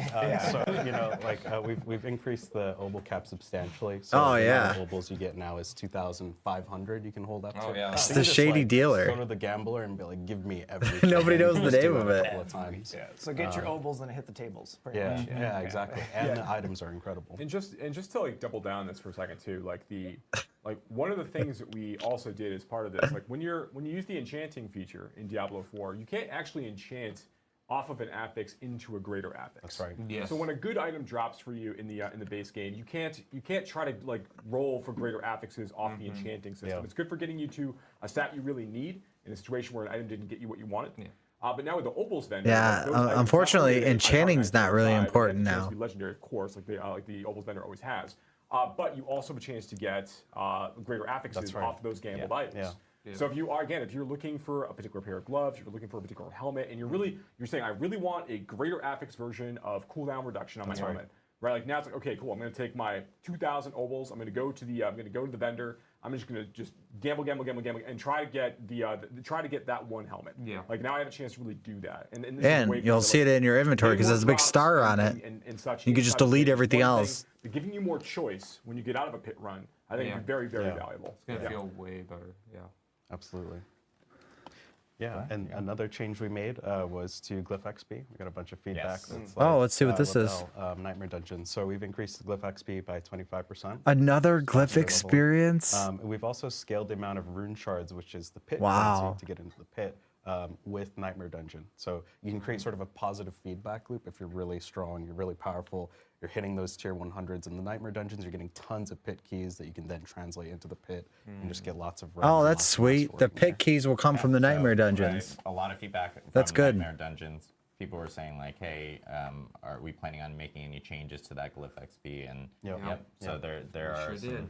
we sure did. We actioned on it for sure. So there's funny enough. There's also even in the season journey, I believe there's also like changes to the ashes themselves where you can actually use that to boost even like Glyph XP is also part of that with the season journey. So very cool stuff that we have. One more. Sorry. There's more. I have this list, but then I don't actually read it. But then It's he just like a doesn't prop. actually Yeah, sorry. The one other thing that we did was we heard a bunch of feedback that players were dying at the end of the pit because we have this like shadow boss that sometimes comes in and throws a wrench in what you're doing. And you know, as much as I push for learn to play, you know, our encounter I designers. like to get good philosophy person. Ruthless. Absolutely. Take it was that, hilarious. hardcore players. Learn to play. Dang. Isn't it fun to die after you killed the boss? So our encounter designer did an amazing job cleaning up a lot of those affixes after you kill that boss, and the arena should be clear now after you kill that boss. As That's hilarious. Good. Get good. Yeah, we saw that a lot, and you know, if you're a hardcore player, that would have been a tragic loss to your character. I prefer the word hilarious. Yeah, some designers like fist pumping, like yes, got him. Yeah, just watching streams and reactions from that. So awesome. So a lot of changes coming for the pit. Pit is, of course, a new feature within Diablo 4 permanently, and you can experience that in Eternal and Seasonal realms. And of course, we have some updates to the boss ladder because the boss ladder itself is changing pretty significantly. We talked a little bit about like how you can get additional materials in other places that Derek had mentioned, but Colin has additional like points that he wants to bring. Man, Colin's getting a lot of boss ladder screen time here. We got a lot of feedback on that, and there's some new changes to it with Season 4. Yeah, so we added Andariel, the best lesser evil. Yes. Yeah. Boo, Asmodan. Yeah, I boo. know. Yeah, always dunking me. He just dunks me with orbs all day. Who likes that guy? Yeah. So Andariel, obviously, has come back. She's incredibly fun to fight. The encounter design team killed it. And you know, on top of Andariel, we've added a new tier to the boss ladder called Tormented Bosses. So these are much higher level than level 200 bosses, sort of pinnacle this rogue's aspirational pumping. bosses to take down. And what we've done here is we heard a bunch of feedback that it required 5 times the amount of boss materials, including some rare pit material, to summon these, and 5 times the reward. That didn't really feel like the right amount of reward efficiency for taking on something that was challenging, so we've nerfed the cost. It's now 3x the amount of boss material and 5x the reward, so you can get some pretty big efficiency wins there, especially. Wow, that's huge. So that's feeling pretty good, we think. Yeah, we also heard that's a lot of way feedback more- that okay. It's, tedious. That's to do gonna the same be- activity over and over and over to summon. There'll be no reason to do the well until you could do the level 200 boss. I know you and I have done that one. There will like, be no reason to do the every 100 build I've boss. chosen in a season requires the Beast and Ice, and It's like, I guess I'm I'm just doing stuck in another Nightmare Dungeon Dungeon. hell forever. It's Yeah. been great. Yeah. Very So happy about that. yeah, well, we made it better. A lot of our random, monsters and activities and That's great. things like that. So Yeah, elites, W. whisper caches, treasure goblins, world bosses, Hellborn to name a few, are all going to start randomly dropping these boss materials. So you're not necessarily forced into doing one exact activity. That's It's still awesome. going to be the absolute best way to get some of this boss material. But as long as you're blasting, you're just going to be getting a lot of these materials ambiently, which you can trade. You can just sort of cash in on at your heart's desire. I mean, we think this makes the game feel more flexible and just sort of enables you to play a little bit more on how you want to play while still keeping the experience fresh. So we think that's going to be a pretty big win. Yeah, it's huge. Yeah. To jump back into the tournament Yes. bosses, just because I'm going to jump around a little bit. Yeah, we it's heard a like, bunch of feedback, especially like, from Dijo. Hopefully he's doing a watching. tier 100 Is- Nightmare is Dungeon the when you bosses. have He's maxed out watching. glyph No, probably experience not. Yeah, it's should not very- still not do very something specific. for you. You know what I mean? We did Now some I could tiering, get to make sure that the pit tormented mats, I versions could have some more get parity. boss And, mats. sort of Yeah. like in a scenario where like one of the ladder bosses was just like dead easy, didn't really match the difficulty of the rest, and that's important because we give you one guaranteed resplendent spark one time for defeating any of these. So one step closer to getting that uber unique that's not just a raw drop of your choice, which is pretty awesome. And then something else, you know, speaking of resplendent sparks, we're adding one to Uber Lilith. So the first time you kill Uber Lilith, you're also going to get another resplendent spark. So now that brings us to 3 opportunities of being able to earn yourself a resplendent spark. We heard one from Derek at the end of the season, the Iron Wolves, you know, board, and doing that within the season. We now have one with the Echo of Lilith, and of course one with your first tormented boss as well. So additional opportunities to earn resplendent sparks. Wait, how many does it cost? I forget. Any Uber gear that you do happen to find, and you can actually earn a resplendent spark. Yeah. So what that means is if you do all of these and then you get an Uber unique, you can actually change that into whatever one you want.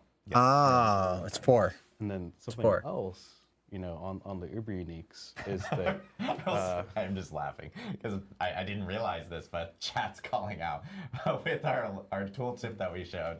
We had 200 plus resplendent sparks. Yeah, that's what happens when you. We're you just work, really yeah, lucky we're and just- good. Yeah, That's okay. yeah. That's how I Let me tell you Isn't that how guys you about get them? dev tools. yeah, that's actually my account online. So, Oh yeah, there we go. Nice. So on the Uber uniques, you know, we heard a bunch of feedback that it feels like a chore to have to do. Oh, I always you go know, to 21 10 glyphs. Every to season I got to level 21. LSX, you didn't get to 21 on all your glyphs? Right. And you know, It makes a big difference in damage. Right. It's like, God, I got to do all this stuff to fight the boss that's going to actually drop something that I care about. You know, Greater Affix has helped that because you know there's some variation to the uniques you're going to get. But for Uber uniques, we've actually added a small chance, a little bit lower than Duriel, to all of the ladder bosses, and they're going to have a chance to drop an Uber unique as well. So you know, while you're grinding through this ladder, every single boss you kill is going to have a chance. Now I to will. drop an Uber Oh, unique. yeah, you have It's not 5 exactly characters. the same Yeah, as, that makes sense. Duriel and Dariel. We should do like a combo. Like That's yeah, sweet. a lot of Uber rest. uniques could drop off And, any of the I think that's gonna bosses. Feel a lot better. Awesome. So yeah, a lot of changes coming with bosses. Gosh. There, I mean, literally all the stuff they're doing is making farming anything more fun. That's like the gist of it, right? It's gives more opportunities. I gotta write that note down. And of course, the new versions of the bosses themselves and the tormented echo versions. So also thank you so much, Colin. Of course. And I know we wanted to before we jump into Q&A because we're getting towards the end of our updates for season 4. Mr. Adam Jackson wants to talk a little bit about the season journey. This is actually something really cool. One last thing. Us over on Class Designer, we're really passionate about this and we're excited for it. So the season journey. So we really want to kind of juice the rewards and make the season journey more exciting. And so what we went and did was when you're going through the season journey for every class, you're actually going to be getting a preset curated amount of legendaries as you're going through that are targeted toward a specific build. So we chose a build for every class in Season 4, and we're going to change it around in future seasons. Please give us feedback on this, but we think it'll be pretty cool. But you're basically going to get like that's kinda close cool. to a completed build when it comes to opening those caches. They're guaranteed targeted legendaries to build a specific fantasy for every class. I think we have a video to show what Show they're going to Sork. be for every Show class in Sork. Season 4. Maybe. Maybe there. So Barbarian here, you can see we're going to be giving you a bunch of legendaries related to Dust Doubles. The Druid, we're going to be giving you basically a pulverized build, which is pretty cool. Sork. Next is the Necromancer. I don't know what I Of want. course, It's probably gonna be playing Frozen minions, Orb. So we gave you a bunch of minion-focused legendaries. This should be pretty awesome. And then next is the Sorceress. We actually have a cool new legendary coming into the game for Incinerate, which you'll see here. yeah, It there splits it up. is. So we were giving you an Incinerate build on the Sorceress. And then the Rogue, we're giving you one targeted toward Barrage. So again, kind of the point of this is that, you know, if you don't really know what you want to play, or you really want to just go through a season journey and try out something before you go to a build It's that you okay. really want to do, you have a foundation of something more. It's actually complete gonna to be start good. with, which we're pretty excited. It's just about. hard to Yeah, use. And with the codex change now, you also get to kill Like, all considering it's gonna be those good. items Considering actually dropping Firewall out is of gonna be the, good. Season journey caches. You get to kind of keep those. They're all going to your codex. You Yep. can use that build to the entirety of your leveling process. Correct. Yeah. Awesome. So lots of changes coming this season. Sorry, my mic died halfway through there, so I had to do a quick mic swap. Heck, as we were bro. playing. I like it. Also, Joe Piper is back. Hi, Joe. Derek is now over here. So if people are confused of like what's going on, we are playing musical chairs today. That is also a new feature coming in favorite season game. 4. I'm just kidding.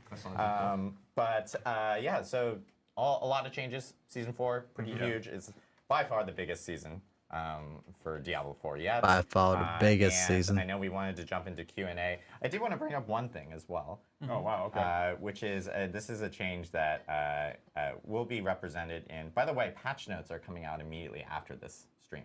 So, Oh, geez. Okay. so that's one thing. So yeah, people can check out patch notes immediately after this stream. Please enjoy reading it as much as we enjoyed writing it. Writing it and reviewing it and Yeah. editing it. Yeah. And I wouldn't, based off of the size of the patch notes, I wouldn't be surprised if we do have a few things that might be missing that we'll probably like have to post add if as we're kind of going through it, just because it's massive in terms of size. As people Yeah, saw from PTR, I didn't see them and yet, that's but even I'm more assuming large. it's Yeah, huge. Two different teams like effort trying to deliver this too. Yeah, so, patch notes will be up. One thing in the patch notes that I did want to bring up is, and this is a thing that's coming in Season 4, is for players that want to change their hair on their characters themselves, they can actually go to the wardrobe now and actually be able to do it, which is Oh, nice, like, you could be quality of life feature. bald, We've heard a lot of or you people could be go like, "Hey, bald. I kind of want to, I made that character a while ago, especially gotta be like bald. an eternal character or something like that. I'd like to There's be the able to only change way. that around." It's the only thing you can now do I is have be that bald. flexibility of being able to do so, which is actually really cool. How about So, we go to the wardrobe we're going to jump into Q&A. and put our as armor usual, sets in as we there, always and we do. could swap our builds.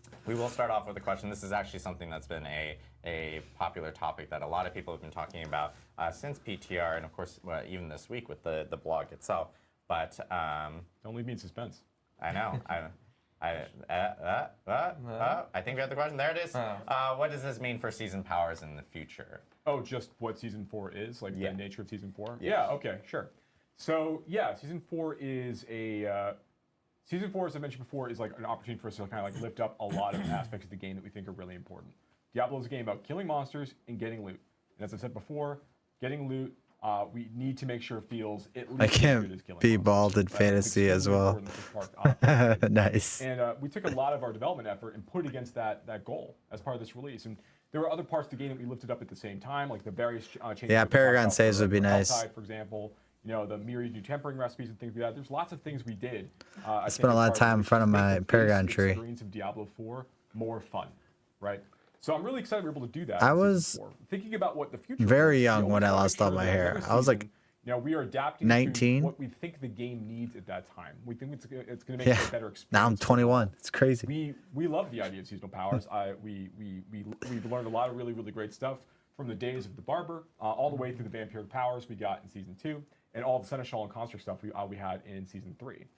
We have lots of big ideas for the future. So, but you know, you will see seasonal powers again in the future and different themes and mechanics as we go. That's kind of our promise to you. And with the things that we have in terms of like the Iron Wolves quest line and the various rewards you get, changes we made to the season journey for like getting like all of those themed items, those various like kind of aspect builds together as you kind of progress through. We want to keep building upon these mechanical elements as well at the same time to kind of continue to help lift up the experience. So yeah, we will be returning seasonal powers in the future. You know, but with every season, we want to make sure that we're doing what we think is lifting the game up the most, the things that we think are most important at that time. Awesome. Question from our, I'll bounce between some questions from chat and from our forums, because we did have a thread up in our forums about specific questions, but this one's from the forums. This is from Avalon. They're asking if, because, you know, Season 3 actually ran longer and Season 4 itself had a PTR, will Season 4 actually be a shortened season, or will it still be a standard size season? They weren't sure how PTR is actually affecting the time on it. So PTR is not as impactful for the timing here. I think it's a slightly shorter season. I think it's like 1 week shorter or something. I need to look at the date. Yeah, and I will note, like, PTR, the reason why Season 3 ran longer was because we wanted to make sure that we could get that PTR. This was our first PTR, so there was a little bit more effort needed to get that out for players. Yeah, you're absolutely right. So like I think about when I'm thinking about the future and like what PTRs look like, and what we want things to be like. It's not that like having a PTR automatically means that everything is going to take longer to deliver. But there was a lot of things we had to set up for the first time for the PTR for Season 4, and I'm really glad that we did because as I think you've seen, there's a lot of things we learned as going through the process. And it gave us the time to iterate and use the feedback too, which we did a lot of things on based on. Question from Blake Darko CS. Will you guys think about maybe a potential different beam color for items with greater affixes? So I know we talked about this for a while. Yeah, I think that's something we're definitely going to keep an eye on. Like right now, we think that the little dots, or I should say huge dots, the huge stars on them, are doing a pretty good job. But that's something that we also maybe like purple. We're super Make them purple. And seeing how these new big stars are going to help. Yeah. It'd be confusing because they have especially the aspects on changes in them. the inventory, because now you can actually identify them in your Yeah, I don't know. I guess it's going to be also fine. unique, so there's a little bit of work that we'll need to figure out. But again, Yeah, it's true. Yeah, you can get greater affix on unique items as well. So it's like the beam color gets a little confusing there. So something that we monitor for sure. Yeah. Of course, something that we've seen from players and a lot of people bringing that specifically up. Fire Dragon Dad says that the Season 4 update's going to retro into existing Eternal. So everything we talked about today, with the exception of the Iron Wolves questline stuff, is actually present in the Eternal realm. So players like the Codex power changes, everything like that will be there. I know there are a lot of questions related to like the Codex changes, especially for Eternal players. And just to clarify, if you have aspects in your inventory and your stash, it'll take whatever your highest roll of that specific aspect, and that will become your new best that's a lot of work. Codex entry. How does that even work? Does start. Everyone's gear on their Eternal realm? On Eternal, to at least for us to be able to check. You have characters on the Eternal realm. Will automatically move over there. And same thing for I know we get a lot of questions about like items. Yeah, in that's Eternal. that's Those will be crazy. marked as like legacy items specifically, because obviously we've changed a lot of affixes and everything. And those items you can't craft on those items either at that point. Like you can't temper those items, and you can't masterwork those items. But they'll still retain like the item upgrade state that they have in the blacksmith before. Exactly. So if it doesn't mean like when you log on, all your gear is suddenly unusable. It's just marked as legacy, and you won't be able to use tempering or masterwork. It's a great stepping off point to getting some new items. Like Uber Uniques too, LSX? Make you even more powerful. Yeah. A question that we have actually from the forums. This is from Iggy. With the itemization, affix-wise? is there what is like the next like big thing you guys are actually looking at potentially wanting to really work pretty on much within the team? But like if you played the Eternal Realm in this season, it wouldn't feel much different. All kinds of stuff, everybody. But no, I think than playing Season 4. I think you see like it wouldn't even feel that much difference. Thinking more about the end game experience, a lot like when we launched Diablo 4, we thought of end game really as a journey from 50 to 100, like the things you're doing along the way, and getting all of your Comparagon glyphs and leveling those glyphs up, and diving deeper into Nightmare Dungeons, and going and eventually confronting Lilith. That was what we kind of imagined or thought that endgame would feel like, and that was a good thing for us to build on. I think we saw that a lot more players were looking for endgame explicitly at level 100. Yeah. That was when they wanted a lot more things to open up, and we've made a lot of changes recently to try to create more gameplay around that part of the experience, between the itemization changes and the crafting changes, and also the introduction of tormented bosses, and of course the Pay the Artificer. Yeah. So I think that we know that there's more opportunities for us to build on these things, right? I think you've heard me say this before, but a lot of the things we're doing in Season 4 specifically. No, I think from where you salvage now. For how endgame sort of functions. So if you go salvage some stuff now, then it would. And the content that they engage with along the way as well. I would assume. Right? We want to make I'd sure be curious. That players we are can check. A really fun time on the 14th while they're playing Diablo 4, and they can find opportunities to be appropriately challenged as they go through the experience as well. We think there's more opportunities for us to kind of grow and expand the offerings of things that players can have access to, the things they can go experience, at that stage of the game. Awesome. Question from Old Dudes, New Games. I love these names. They're so good. What about Codex resetting when swapping characters? That was actually just an issue on PTR. like when you swapped characters and stuff like that. Sorry. Yeah, when you Lost swap. my- Oh yeah, that's what I'm saying. when Wait you till do after the season drops. Yeah, so that was not a thing that you will experience with season 4, and so that's not a common thing or a normal thing that's supposed to actually happen. It just was a bug that we had. In Oh, I didn't hear that bug. There's a lot of questions here about the mine cage, and I just want to maybe clarify with the players. Opus Crocus says, if you consume more than one, does the mine cage stack or does the timer reset? Timer reset, I think. Yeah, the timer resets. Timer resets. Okay, and then in regards Oh, to the timer resets. again, this is from Optics. Do mine cages trigger for a single player or your whole group if you're grouped up? Single player. I Just believe a it's single personal. player. Yeah, it's Yeah. a personal thing. Okay. All right. So clarity around the mine Dang. cages. I know we've had a lot of people ask specifically. And we want about feedback that. on this, by the way, too. So when you get a chance to play with the mine cage during the season, like, tell us what you think. We want to know. This is from Nupu Games. We want the do mine unique cage to items get stack, stats baby. Functionality boost since tempered I want level legendaries 300 straight health up heads. better? And is It doesn't go in the generally group not either. worth it to equip a unique item after the patch? Yeah, I mean, I think Adam can speak to some of these changes if you wanted to jump in, but we've done a pass on all the unique items. We've done things like Razor Blade, I think has 4 Thorns affixes, and we changed what the legendary power is. Yeah. By the way, that was a big question we got from people in Oh, was it? PTR Okay. because they were like, "Hey, What about Razor Plate? We heard a lot. No, we In the had to patch- change Razor Plate, Yeah, but it'll be cool. And it's actually in the patch notes, and yeah, it's a lot of thorns. Razor Plate's Yeah. hilarious. We still love it. It's hilarious. I wanted to just have like 1 so you can't miss on Masterworking. Yeah. but that might Yeah, have what been I'll too say crazy. though about the unique to legendary item power level, I suppose, is that we knew when we were making these tempering changes and updating those that we wanted legendaries because they kind of have they have kind of different identities right now in the game, and so we're still figuring out what we want to do with uniques long term.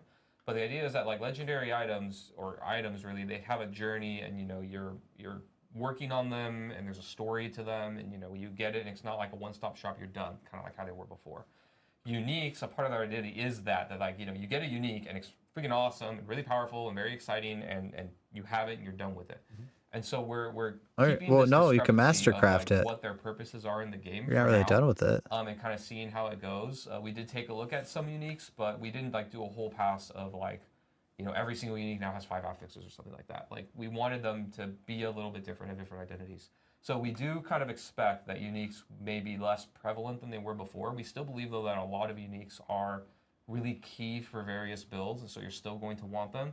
But you're not going to want like a unique in every single slot on your character now because there's clearly always. Yeah, that's kind of how it was last Sometimes season. Some builds will want more uniques, some will want Literally, less. I think my best builds I had sweeping changes.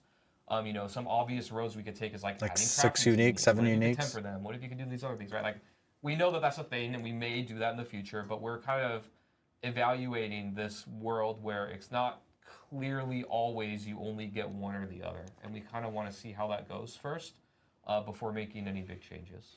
Yeah, and the fixed nature sort of has you consider it's part of your optimization puzzle. Right? Yes. Like, well, I'm going to give up some tempering affixes to get this unique, for example, in my chest. Maybe they made it for where you example. could sort put of one wanna see where that tempering goes. on We a think that that's fun, unique, and you we could think that the excitement put of a 2 on unique is legendary. are those fixed stats when you And see then- the item on the ground. because you if know, people like, stop oh, using okay, uniques that's the because unique I want. I all can just the equip it, I tempering don't even have stuff. to work on it. I don't know. It's just like there for me. So That'd be kind of interesting. Awesome. And then I know, by the way, did we talk about masterworking? Or not masterworking, We but did We talk did. about Masterwork. A lot. we did talk. I know. We've done it twice on stream. Did we talk about groups and with the pit? I didn't write Yeah, it down and I didn't yeah. talk about it. Yeah. So we got a bunch of feedback that it sucks to help someone with their pit run and just not get any masterworking material. It's like, well, why am I here? So what we've done is we've made it so that the person who opens the pit is going to get 100% of the masterworking materials. Previously, I think it was split maybe across all players. And what we've done now is that person who opens it gets 100%, and then everyone who helps defeat the pit gets 50% of that target goal. So we're trying to walk that line where group play isn't just like Yeah, trading totally uniques can be overwhelmingly awesome. efficient, but you're still getting And something from helping legendaries. each other.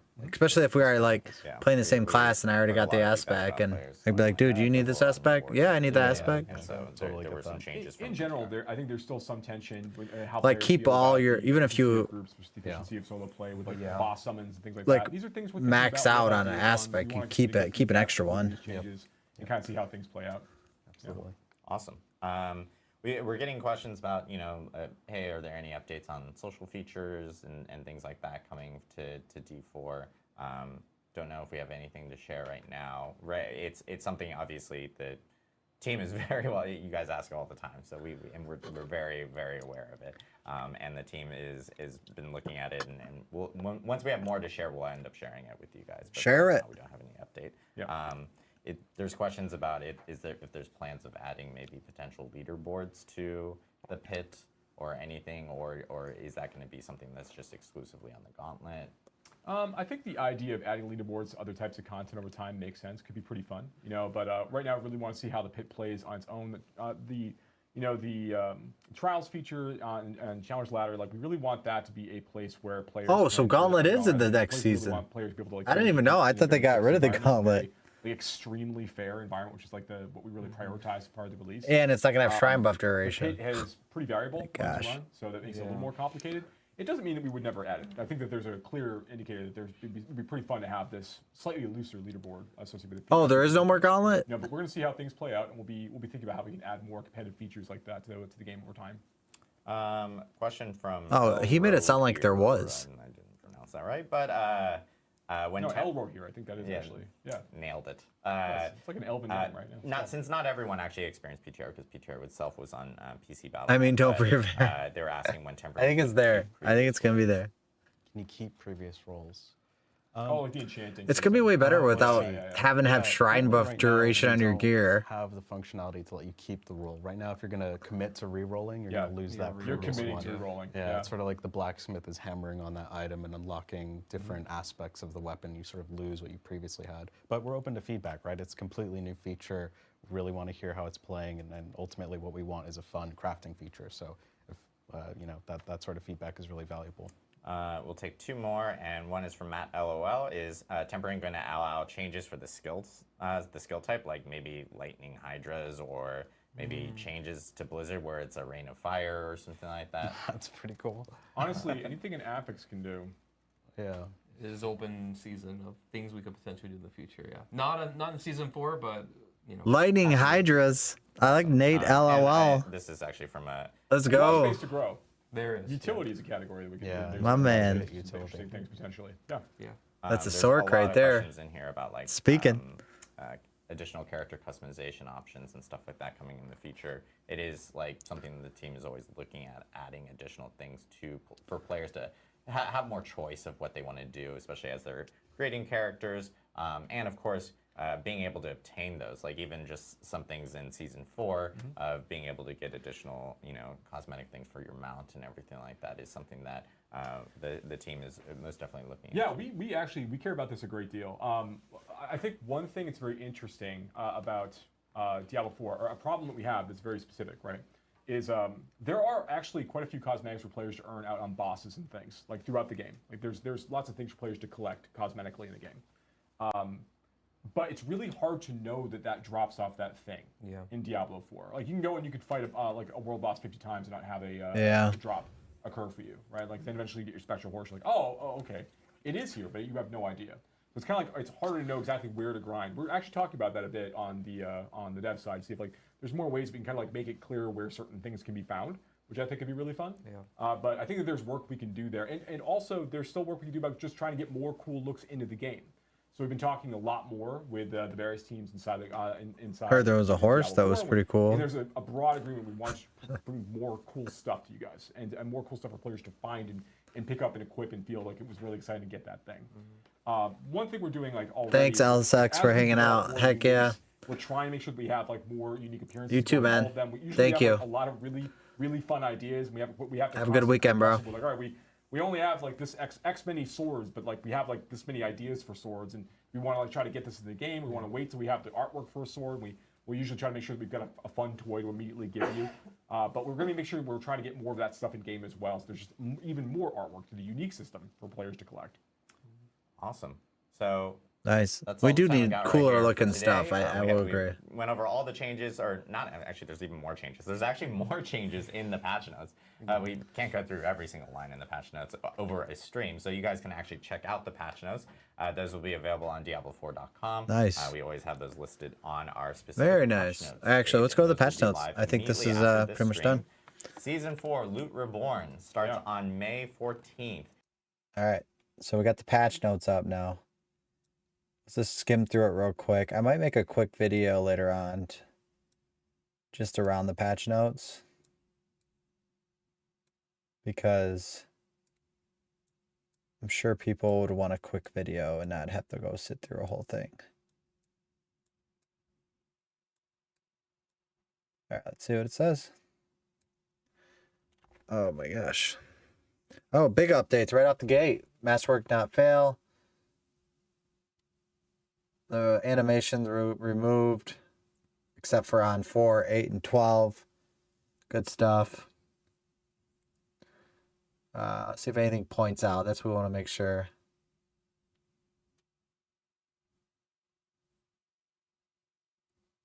Oh, you can see. Oh, that's good. You can see you're equipped or equipped. What's up, AO? We just watched the whole campfire chat. Some good stuff happening. I like it. And then this came out right after. I didn't even know this was out until I watched the PTR. So that's kind of cool too. You can search for equipped or equipped. Inventory icon. Okay, so the greater effects icon in the inventory, that's a key thing. That is very good. Extra, this is good too, because we wouldn't want to run pits together if this wasn't a thing. So everyone in the group gets something.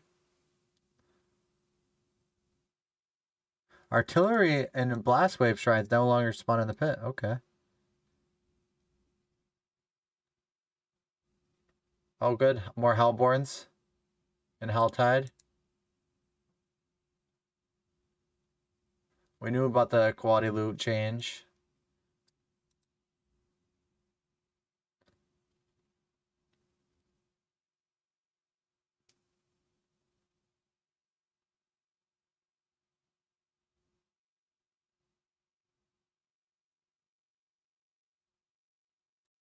Yeah, that was a big change. Maximum size. Ayo, that was a big change. The Frost Novas were going like 3 screens. It was crazy. It is gonna be nuts. It is still gonna be big.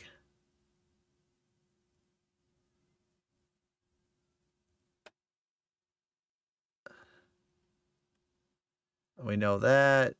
We know that.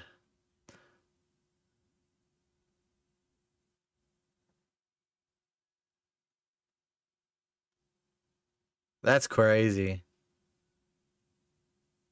For monster level 55. That's nuts, man. Level 55 could drop uber unique. Wow. We gotta get to World Tier 3 right away, guys. There's like no reason. Like, we're literally level 35. Level 35 now. We're going to kill whatever the World 3 boss, the World Tier 2, 3 boss is. Man, you can get ancestral gear at level 55. That's sweet. It was 60. That's a big change.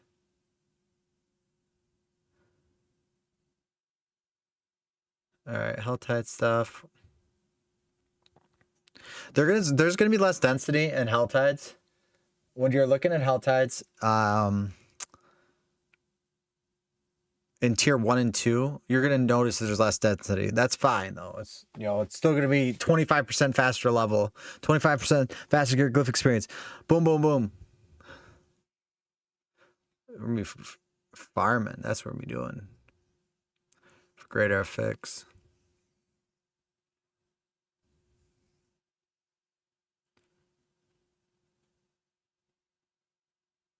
Yeah, it is.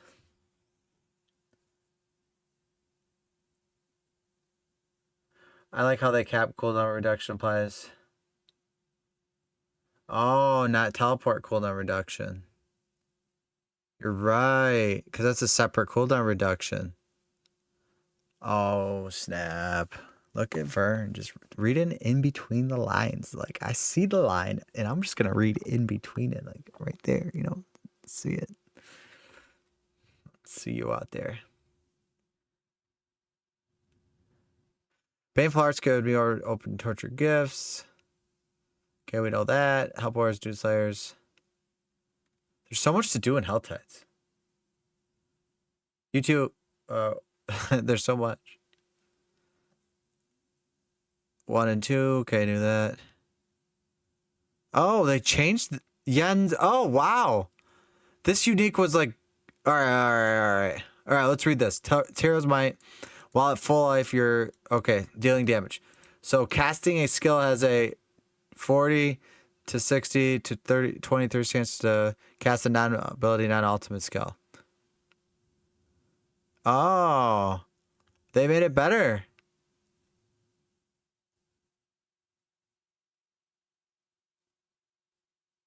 They made it better. I wonder what that would be good for.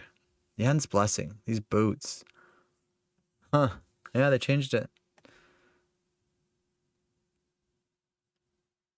Well below 40 to 50% life. Yeah, they are better. They're a lot better. I didn't really play with them too much, AO. While below 45 to 60% life, evade freezes close enemies for cold damage and applies vulnerable. That aspect was always bad. Maybe it got like a little bit better, but not really sure. Lucky hit damage is 20% chance to daze. You deal 5 to 20% damage to dazed. Lucky hit damage has 20% chance to daze them? That's interesting.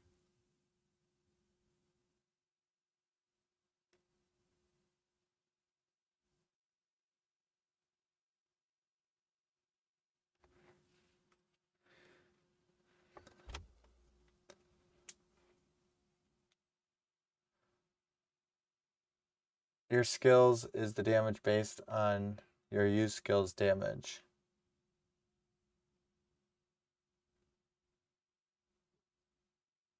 I'm confused on that, Vern. Druid. I'm not really sure about Druid stuff.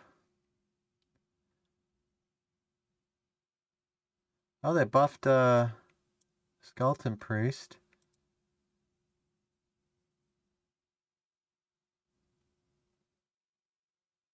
Oh, we know about this. No, this one. This ring got better. Alright, whoa. This is where they nerfed a little bit. Oh, they changed it from 50 or 70 to 100% chance to 50 to 70.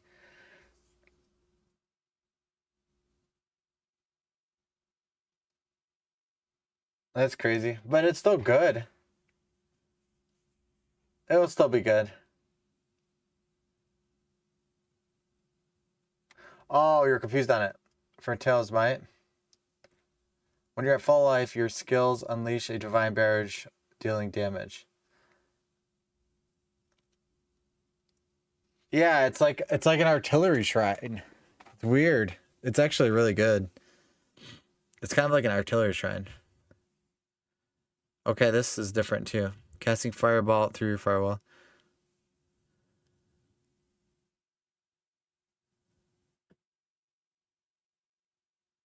Oh, it does more damage, less firebolts. Okay.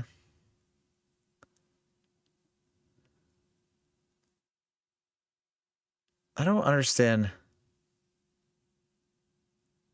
I don't understand this, why this is there.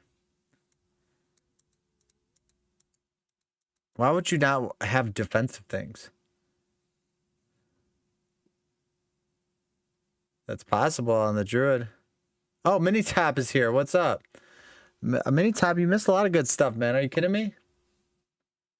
Yeah, lots of cool stuff. You missed the... You just missed everything, man. Watch the whole thing. Everything, baby. Hold on, let me get through this.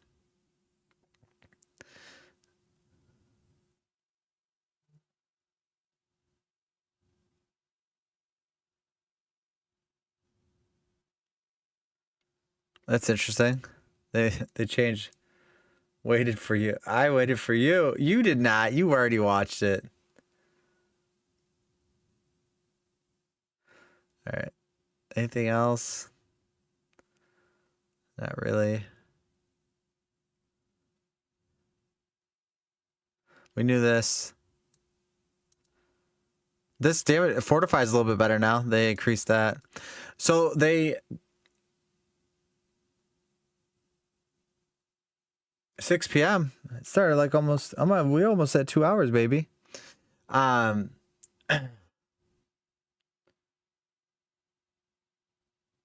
They capped cooldown reduction to 75%.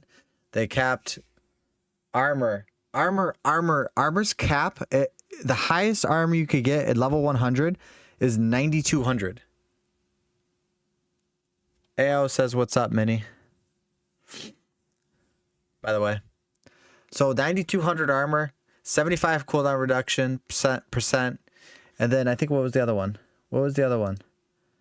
Oh, the area size effect is capped at 100%.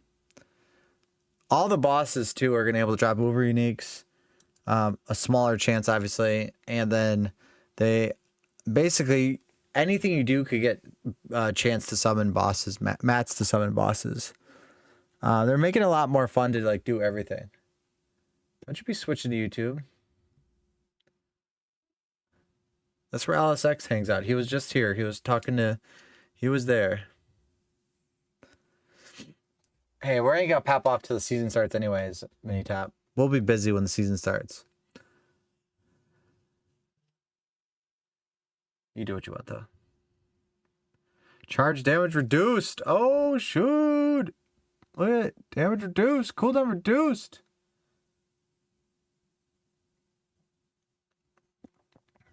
All this reduced.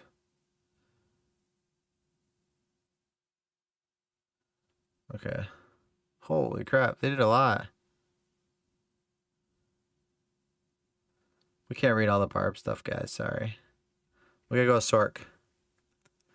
We gave some feedback. I want to see if they talked, if they actually did. They changed all the stuff I wanted so far. They changed it's gonna cost 16 veil crystals now instead of 70 to 16. What are you thinking? What were they thinking? How did they go almost 5 times less? It's crazy.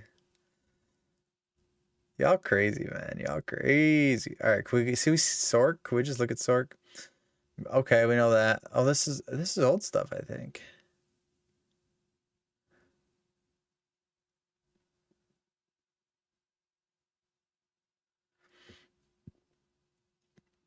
This is old stuff.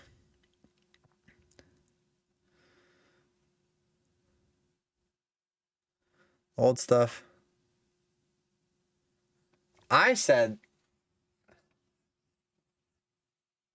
let's ball a taco stand.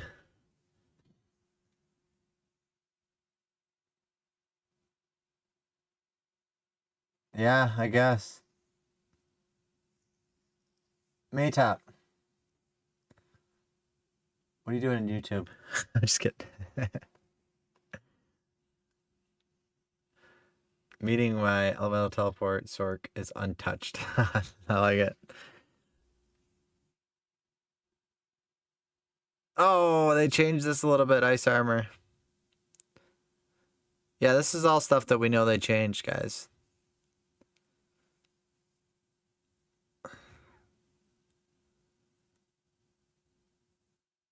Yeah, that's 500. They changed. They left it 500.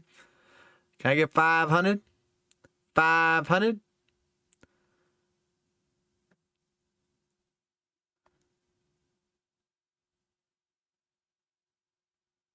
All right, that's all good. We know all this stuff. Yeah, this is all all the patch notes. They were like saying it took us like 19 people to write these patch notes. It's like, dude, this is the same stuff that you guys told us you were going to change a month ago with a couple tweaks. Oh, they nerfed the damage reduction on that item or that aspect?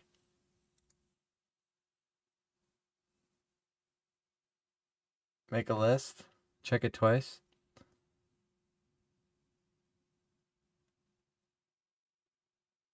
They definitely went on vacation and came back a week ago. Yeah. Oh, wait. Oh, dude, this was changed too.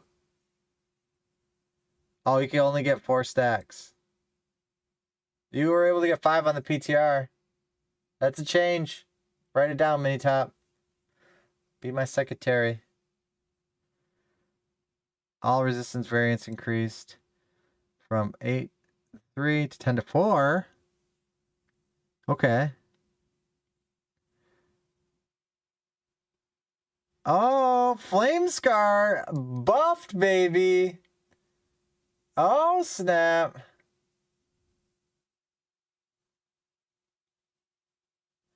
Ooh, Staff of Endless Rage was buffed too. PC Overlords. Oh, Esu's Heirloom was buffed too. So we got 3 buffs on the uniques. Sork's got 3 buffs on uniques, y'all. 3 buffs on uniques. That's something we could write down, right? We could write that down. 3 buffs on uniques. I need to make a little video about some of this stuff about Sorg here. We're gonna have to, man.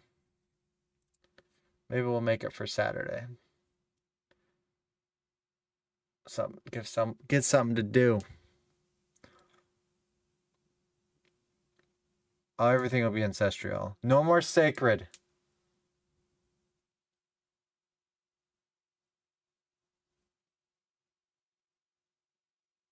Top 5.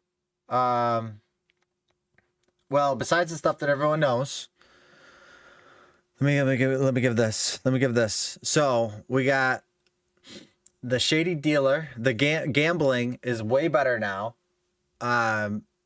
Every time you gamble something, you'll get a 925 item, and there could be greater effects on those items at level 100. So gambling's better. They talked about tempering manuals are going to expand on it. So it's like they're going to make different kinds of tempering manuals throughout the game. So the game's going to continue to evolve in tempering, which I think is very good. I like that it's telling us our caps, that we have an armor cap, we have a cooldown reduction cap, increased area. You'll see the number where you're at and then what the cap is. So it's going to be easier for people to understand what the cap is. I love that all these bosses or all these events you do now, you're able to get, mats for mini bosses. Yeah, so you're able to get mats for mini bosses on basically anything. We could do nightmare dungeons together. We could do pits together. We could do hell tides together, and we could get bosses for mats. And then we can run the mats, or we could run these mini bosses or the uber bosses and have chances for uber uniques on all of them, which is good. I think that those are all really good changes. The veiled crystal thing, obviously very good. It's like 16 veiled crystals for the codex now, which is fantastic, instead of 70 or 140 for a 2-handed weapon, which is crazy. And the seasonal theme, it doesn't really matter. It is what it is. Like, it doesn't matter this season because there's so much other stuff changing, so I'm not like really worried about it.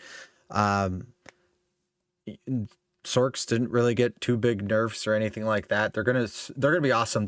I like that they just don't want the whole screen to be the game. You know what I mean? Oh wait, you can't brick tempering items? I thought you could.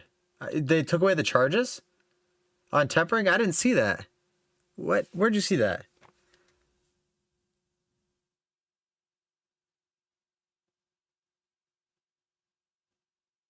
Yeah. Yeah.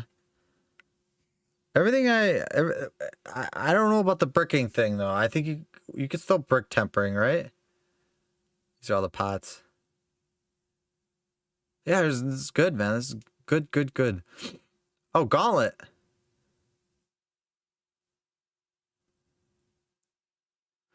Oh, if you get a seal worthy now, you have a 100% chance of getting a unique.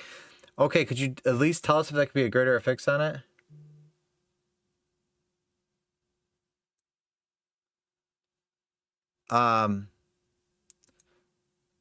Ubers could drop on anything, basically. Mini bosses or whatever it is.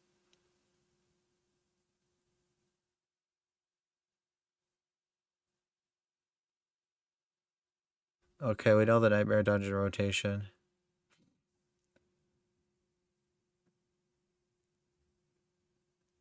Oh, nice. Teleport skills can can easily travel the distance to the edge of the screen. This will improve mouse and keyboard players. That's for me, guys.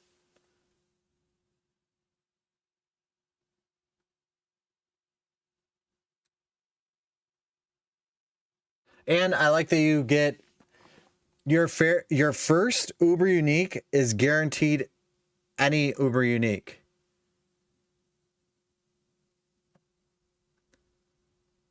Oh yeah, they brought it for us, baby. Let's go. They brought it for us. Where is it? Oh, it's in World Tier 3. Where is it? Oh, let's go. World Tier 3. Well, we're leveling. That's where we're leveling. Screw the Hell Tides.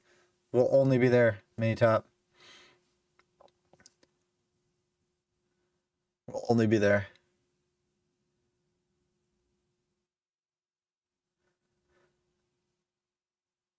Oh, look at this. 50% bonus experience for World Tier 2. 150% for 3 and 250%. Holy crap. So you get 100% experience boost from going to World Tier 2 to 3.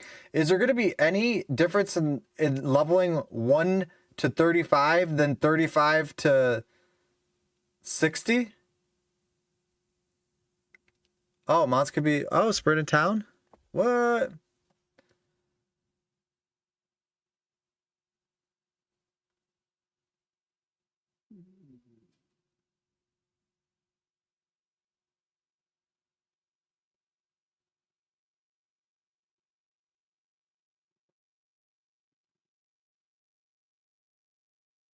Yeah, I think you could still brick at the tempering stage. Yes, 100%. That's the only way you could brick an item, I think. Yeah. All right, let's do... I gotta read this. 99 trillion gold. Let's get that this season.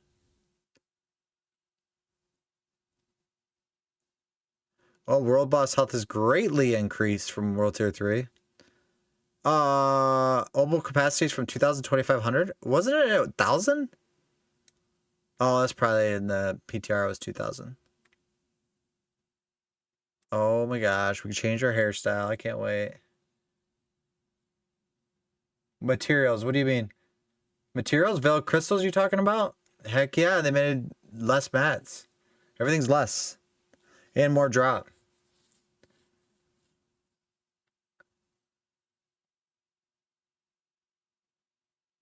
They were. They were 100%. Yeah.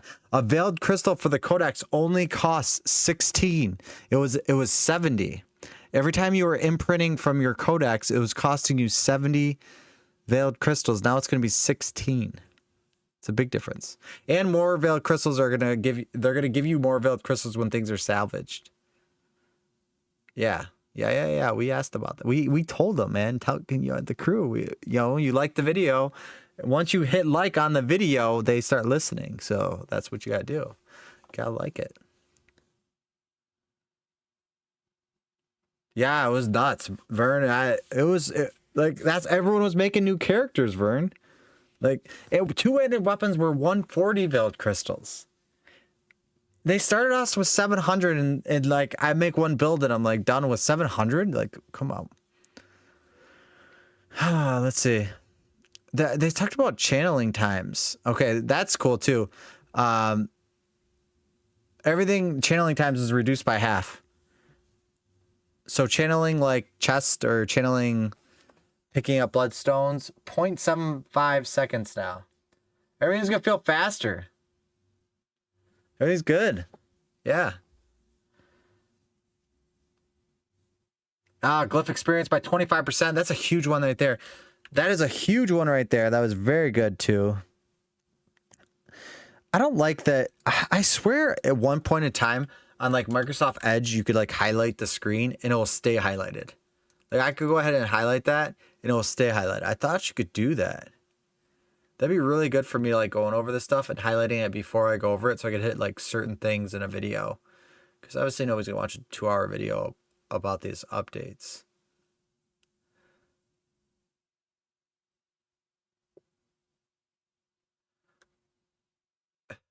Well, with tempering and the master crafting, you're gonna feel a lot more powerful, that's for sure.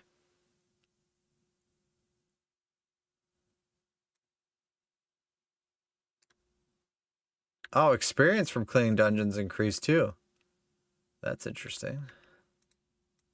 I like this channel times little stat there. I like that. Oh, the trading? We love that you could trade. I should make my 10 favorite things of the season.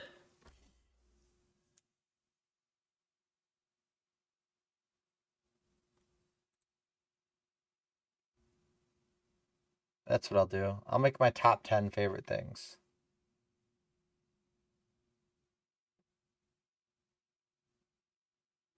Let's see if they fixed any issues.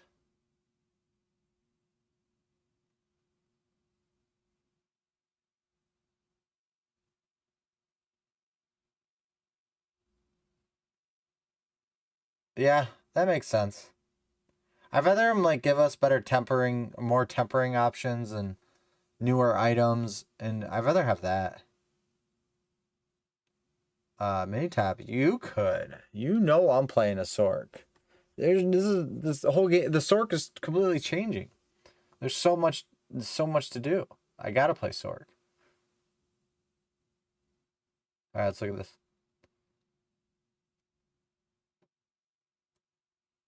This is good. We knew that was happening though.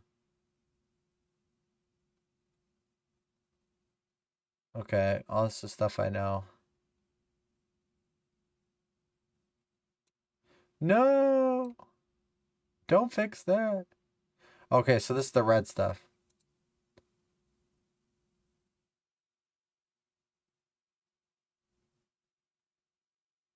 Oh, that's why I was never losing mana when I incinerated. Well, thanks for fixing those issues.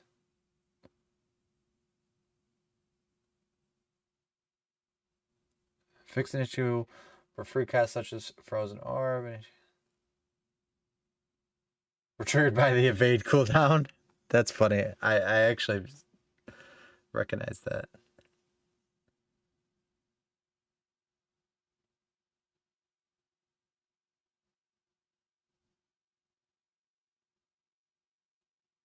Yeah. Yeah, because people want to know, like, is it going to be worth it? People want to know, is it worth it, Mini-Tap? And I'm going to be like, yeah, it's worth it. Come play with Kelpka and our friends.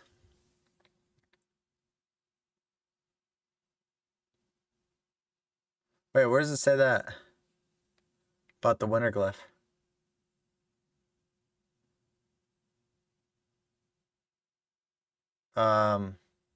Ooh, that's a good question. That's a good question, AO. My bad. I didn't see that. Is that pizza burger worth it? Hold on.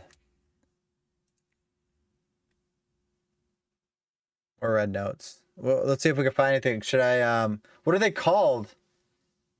Ayo, what are they called?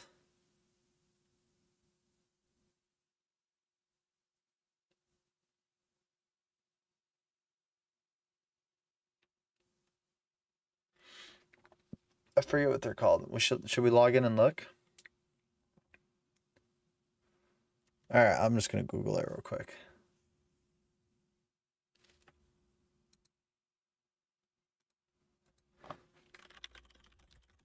What are the things?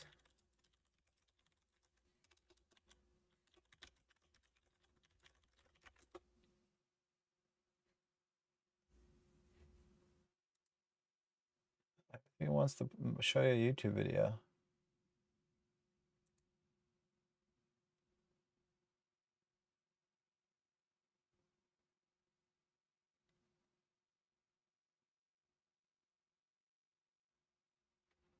Holy crap, everything's an ad.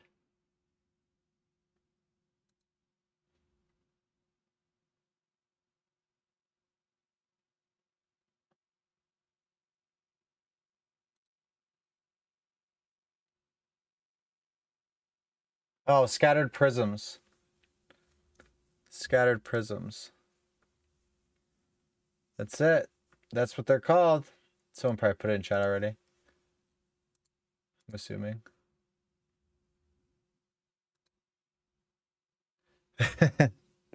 I was like, yep, someone's gonna put a chat. AO, I already remember.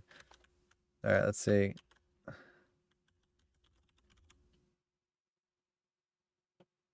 The chance for scattered prisms.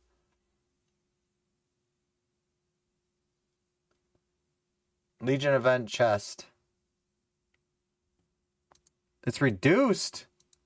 How is it reduced? I feel like you couldn't get them anyways. Huh. Wait, is this a different season I'm looking at now?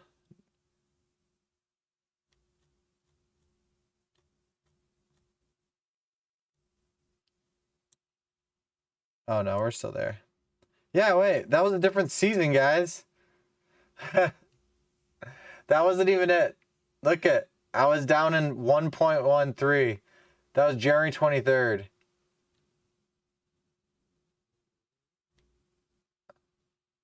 Yeah. There's nothing about scattered prisms.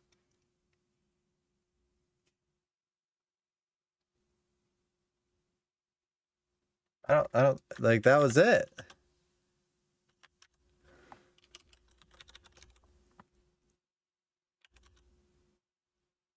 Oh, there's two. Yeah, right there. That's it.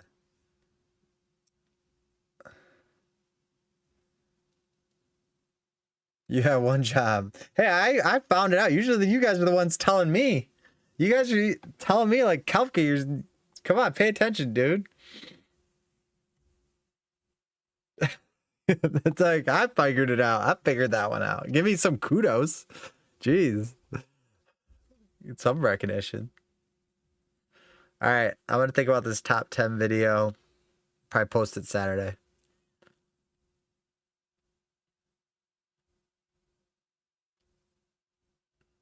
But this is good.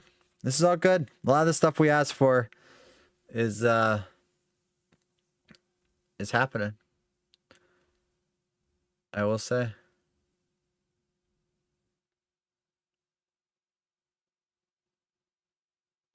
Yeah, they changed the most important things. They changed the fail on master crafting.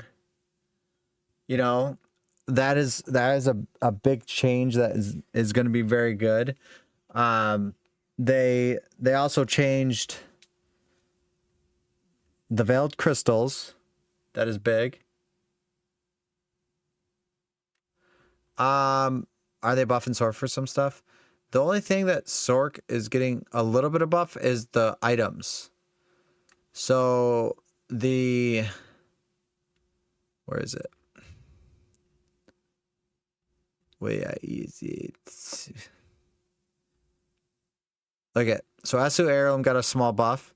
Staff of Endless Rage got a, actually that's a pretty hefty buff, 20% damage. And then the Flame Scar got a pretty good buff too, 25%. So yeah, I would say they had some stuff. This is a nerf because you could get 5 stacks. AO tested that. This is a buff. All resistant variants increased to 10 to 4%. Very good.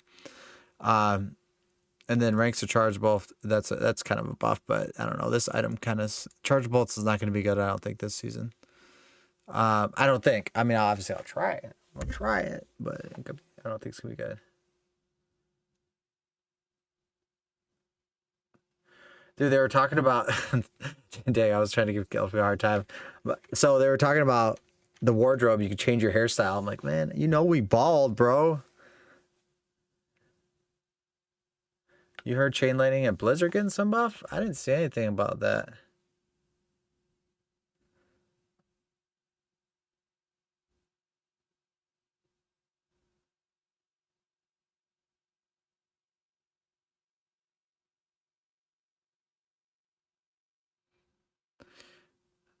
Chain Lightning. Yeah, it would be in red if there was a buff.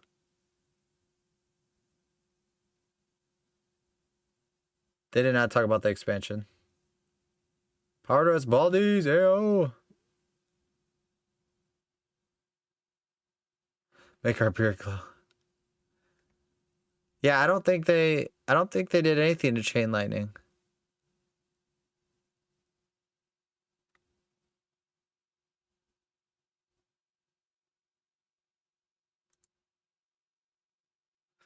Let's see, let's type in chain.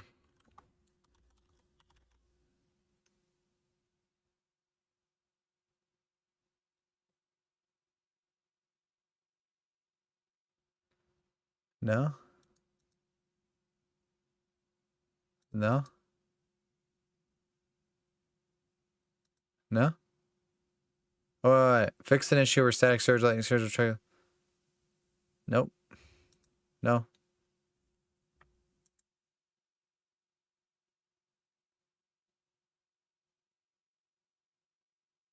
I'm drunk on this flavored water. Nice. Yeah, I don't think we got any buffs in those aspects. Just a couple unique buffs, a couple of this, a couple of that. Little bit of this, a little bit of that.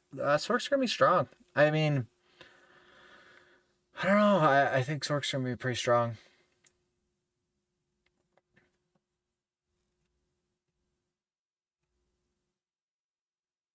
I'm excited to try him.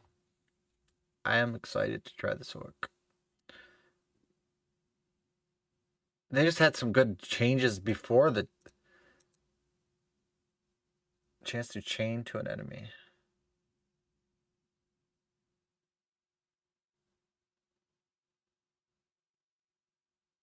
Oh, they buffed abundant of energy. I didn't know that.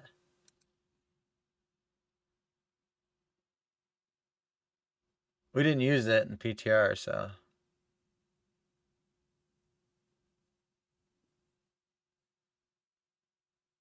Lightning Spear got a good buff too. It's good. Yeah, I won't make the changes, the top 10 changes around anything like class specific because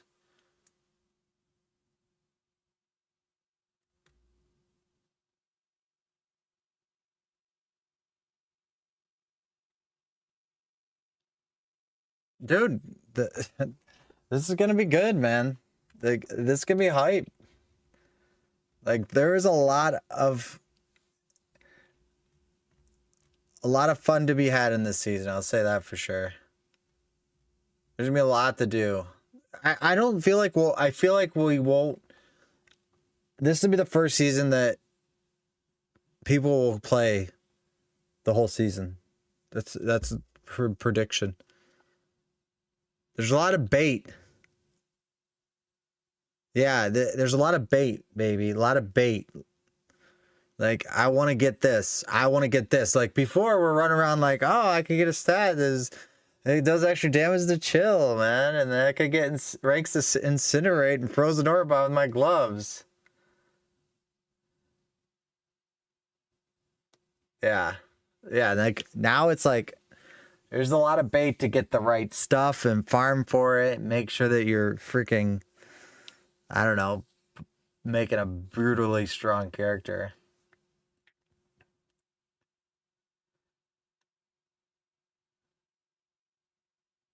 Yeah. Yeah, I mean, like, get a freaking uber unique with all greater effects on it. Like, what if you got that? Like, that would be like, holy crap, that item that got no.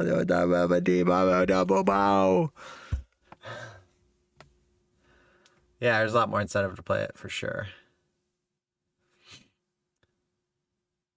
It's crazy. It's good. Yeah, I think oh,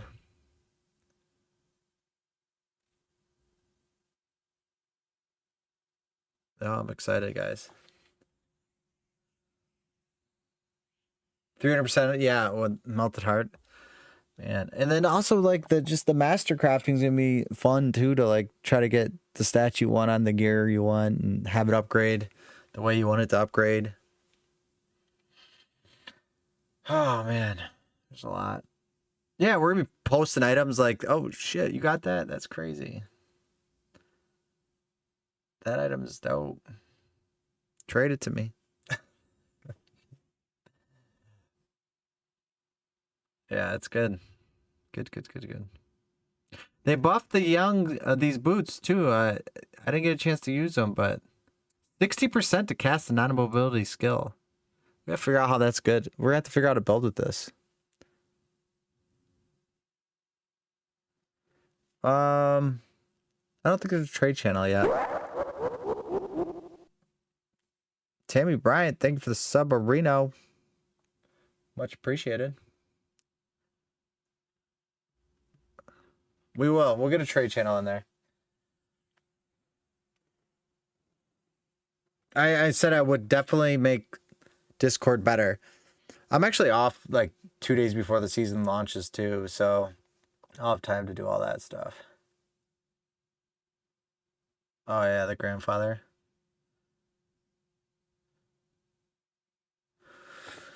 Oh, it's gonna be good. Good. All right, well, I'm glad I got to hang out with all you and talk about some of the changes.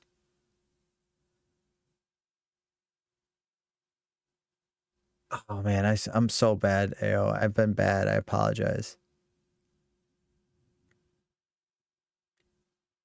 Oh, 7:06 p.m. you messaged me. I said it was gonna be on at 8. Mini top. I'll get better at it. I promise. I will.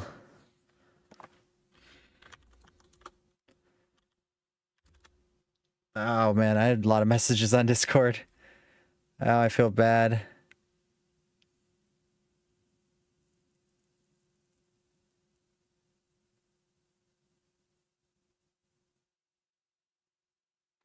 So, oh, you're asking about my camera. Okay, so I need to fix this. So I look grainy, right? All right, let me tell you. Let me do this real quick. Do I look grainy? Let me make it larger. I look pretty grainy, right? And I'm super white. I'm not this white. I promise. I'm not this white. There's a light. So I moved my streaming setup to the basement, and I know, right? I know. I'm so bright, and I can't get it. Like, Alexa, turn the basement, or I'm sorry, Alexa, turn the theater room 10%.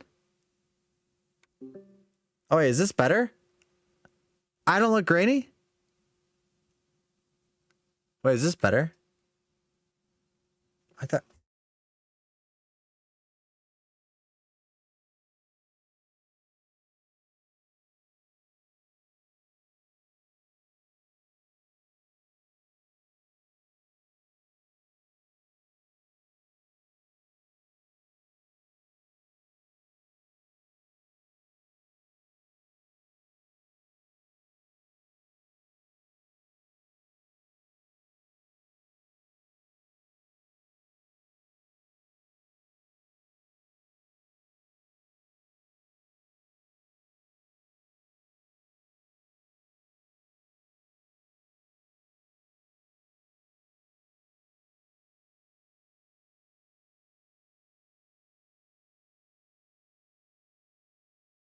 I hit my chin. All right, so I'm in my basement, right? Hey, I'm in my basement. My chin hit the freaking, look at, if you touch this button right there, it hits it and it mutes it. All right, so there's this light right above me and I didn't want it to look grainy. So, and I can't put my desk anywhere else because look at, so this is my theater room. But I was being really loud, so I got kicked down here. I have an office. Yeah, I feel like I'm being kidnapped. So I have an office or whatever, but I was being too loud and, you know, the wife is watching TV in the other room, so I couldn't go in there. And then that's my, like, bar area over there. Yeah. If it was a wireless camera, I'd give you a little tour, but it's not wireless, so sorry. Wuss. All right, I'm going to keep it like this now, this setting. This setting's good.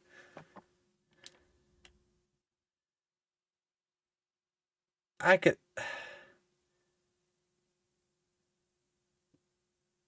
Wait, would that make me bright again?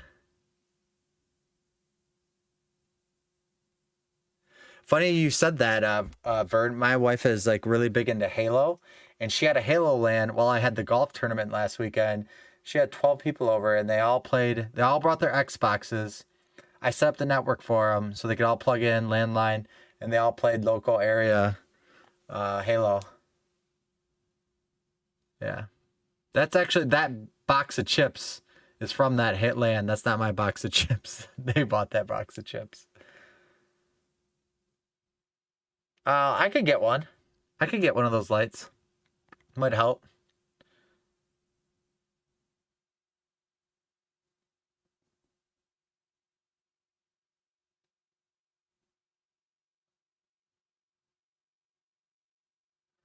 It'll be hard. I get loud. I don't know if you guys know. I have to put I put a thing on my mic where I can't like scream at you guys, but I get loud. I'm a loud dude.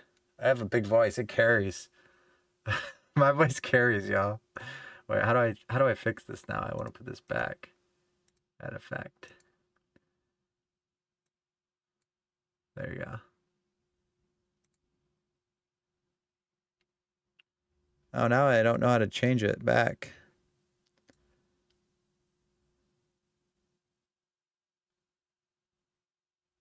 Well, yeah, because I had this video capture in front of it. That's the only reason why. I gotta get the background. Oh, there it is. There it goes.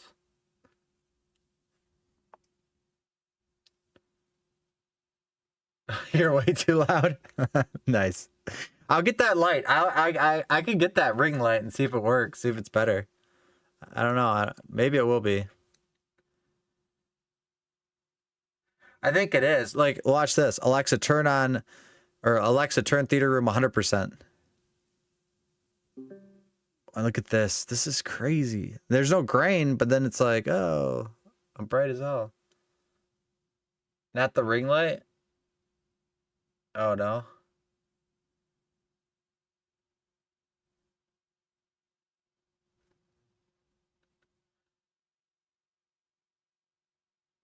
Green screen behind me. There's a door. Did you guys see the door? There's a door behind me. Alexa, turn theater room 10%. Alexa, turn theater room 10%. There you go. Yeah.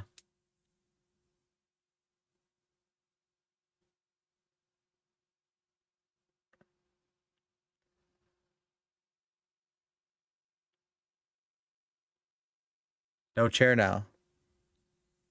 You float.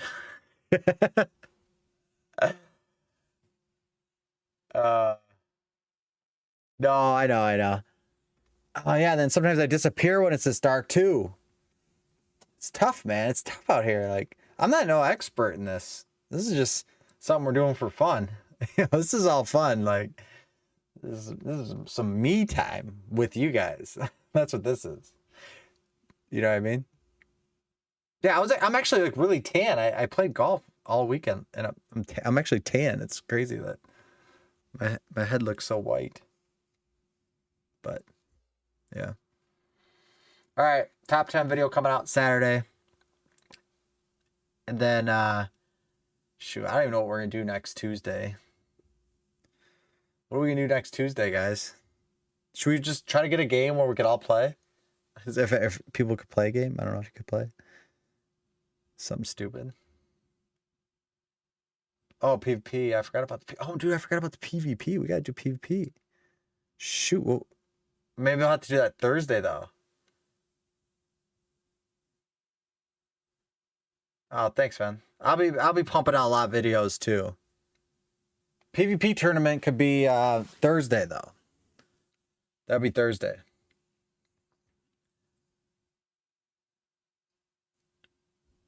Okay, thanks, AO. I was hoping you would forget. Maybe I will. Maybe I will play Sea of Thieves, Maytop.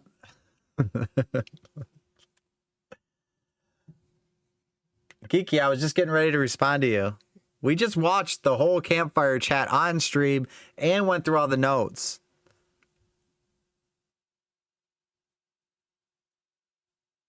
Hey, Maytop, go say hi to Geeky and Twitch. Don't you dare tease me. Don't you mean thieves me? Catch me up. What do you think? I think in about 12 days, we're all about to have a good time. That's what I think. I'm going to make a video on Saturday, like my top 10 things excited for season 4. I have it ready for Saturday. All right. Have a good night, Vern. They addressed some of the things I wanted to address. Like what did I have some notes here? I wanted them to address the Veil crystals. They talked about that. They did talk about how tempering is going to evolve and new things will come out with tempering. They talked about balancing a lot of the things. Like I was hoping they would balance like the Dust Devils and the things that take over the whole screen of the game and crash the computers or whatever that's been going on. Master crafting failure rate. That's cool that that's not going to happen. I did wish the Helltide potion could stack, and it can't stack, so that's kind of stinks. But I like the new obols, the gambling at level 100 give 925. They could get items with greater effects on it. There's a lot of good stuff. I like that they actually gave an armor cap, cooldown reduction cap, an area. So we know what the caps are. It's going to be easy to see that. Like all of the content is going to be more fun to do because it could drop mats for things. Like, there's a lot of good stuff. It's kind of like makes more of the other content more exciting to actually play. So, yeah, I think we got some good stuff happening. Yeah, they are. Listen, everyone, Brandon. It's good.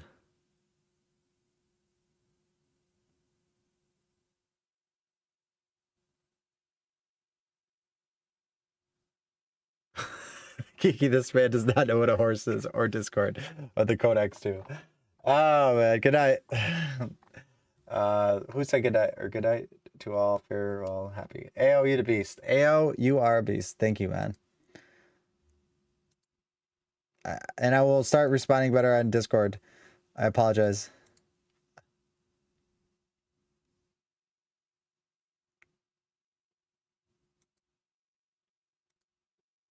All right, I'm looking at this right now. Oh, how does that? Is that attached to your? AO, real quick. Does that attach to your? I'm sorry, Geeky. I was just gonna respond to all of my. I'm sorry. Sorry. I just saw it. Yes, I just saw your message, obviously. I have not been in Discord. Second Checo.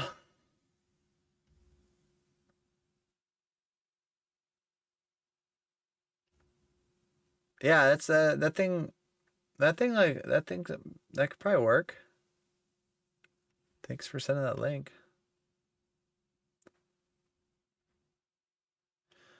Oh, it's on sale too.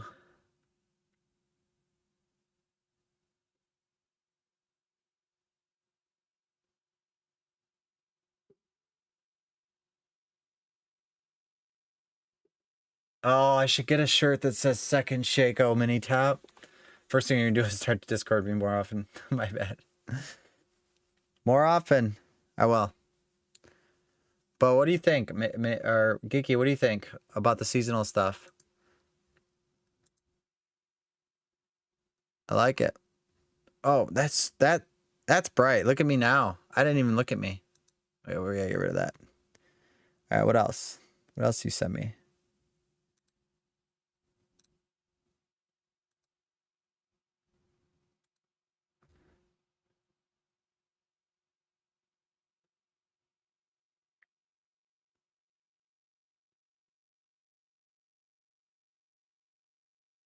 Yeah, everything's good. Everything's good.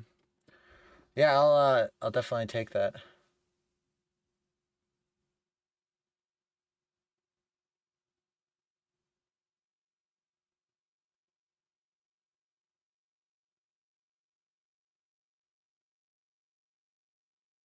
Yeah, not much of the seasonal thing. Not much seasonal aspect of this season. But I mean, with so many changes, I don't think that that's that big a deal.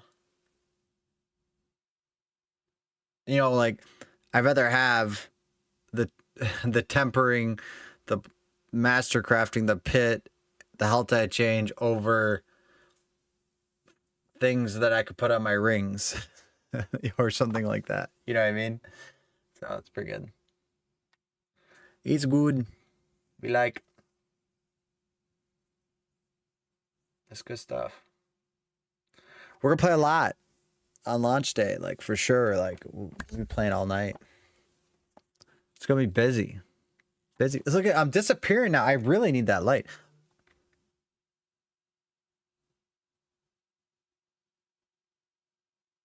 Foundation. I agree.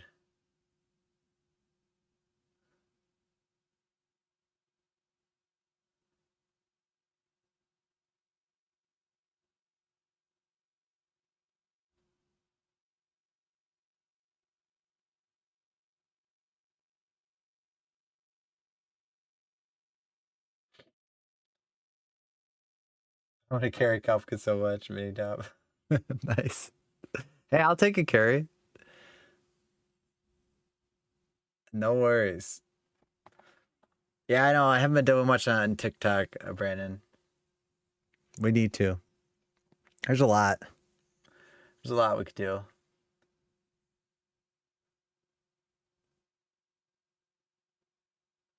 Oh, Geeky don't like TikTok. Let me look. It's not much, dude. You won't be impressed.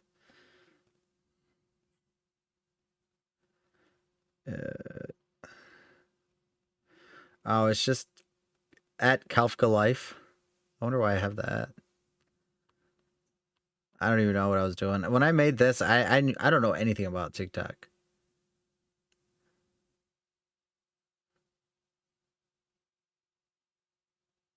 Wait, what's yours? What's your handle on TikTok?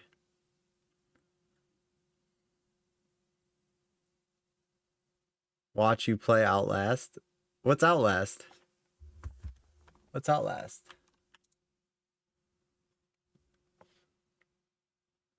I'd play it. I ain't never scared. Here, I'll find you. I'll find you. Oh, a scary game? Could you shoot people? With fireballs? That'd be cool.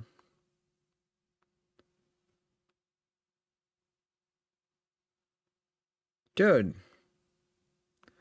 You're famous, bro. The heck? You got 280,000 followers. I won't watch any now, but I will watch some stuff. I followed you. You beast. Dude, you're freaking blown up. Run away from a psych ward? Man, scary games, I'd probably get freaked out. Like, I'd probably get really freaked out and that kind of stuff, man. I don't know if I could do all that. I don't know. Then maybe. Dude, that's sweet though, man. Nice work, Brandon. Nah, but I'm gonna be. I like it. I like it. My buddy plays Fortnite, and he has a big following on TikTok.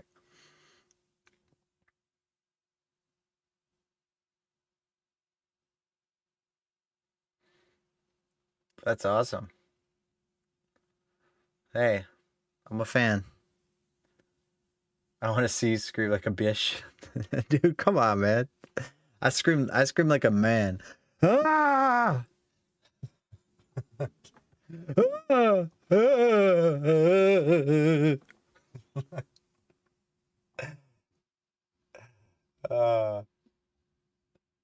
Scream like a champ. Yeah.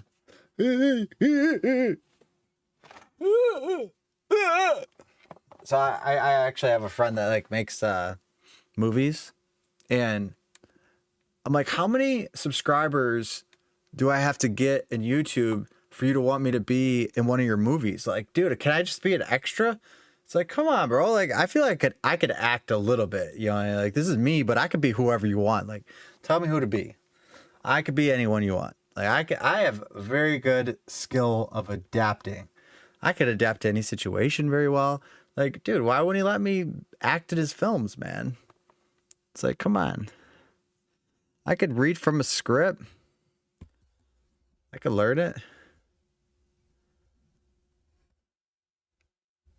I scream like 13-year-old cheerleader. No. Dude, that has nothing to do with anything. I'm talking about, like, if I had to be like a serial killer, I can act like a serial killer. You know, I'm sure I could do it. You know, if I had to be like, I don't know, like whatever it is.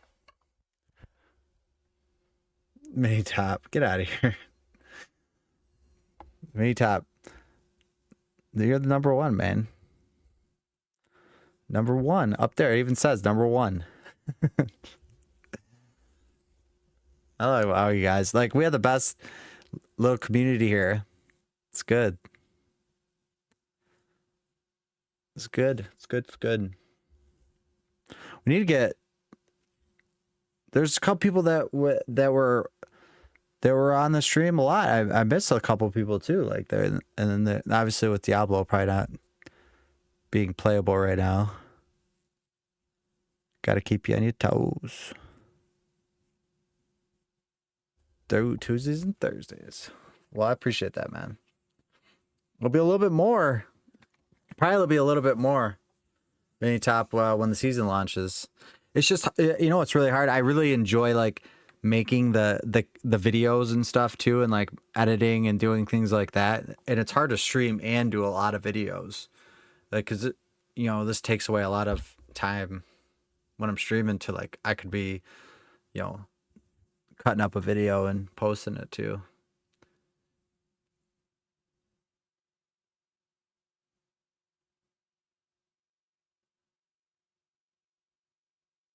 Too hard to be you playing the game.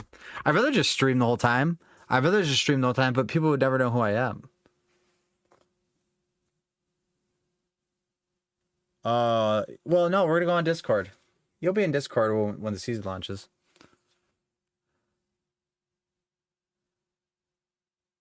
Tell him to quit playing near the future DiCaprio. He just doesn't know yet. DiCaprio. Yeah, that's funny. No, it will just be in Discord.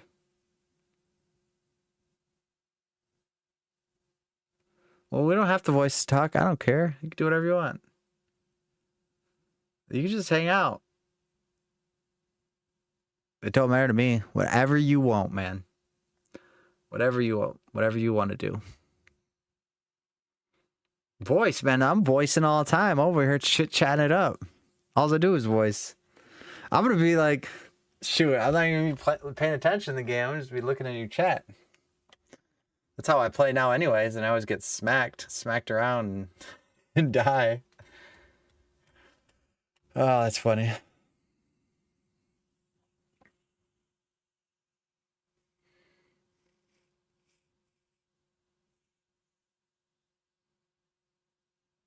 Wow, 600 people. That's really good, man. Yeah, live is tough, man.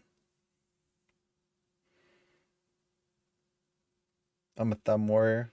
Hey, you're able to keep up. So what do you do? Do you have like an Xbox with a computer monitor and then another screen for, like, how do you have Discord on? Or how do you have the stream on? Like, what do you use Twitch on? Yeah, I don't get how you do it. What's wrong, voice chat? I don't know. Let's go in voice chat right now. We could go in the chat. Look at. I don't have to have your guy, like, when I join a voice chat, your voice won't play on the stream. So like, look at, I'm in Diablo 4 Hangout. Your voice won't be in there. Only the Diablo sound will be in there.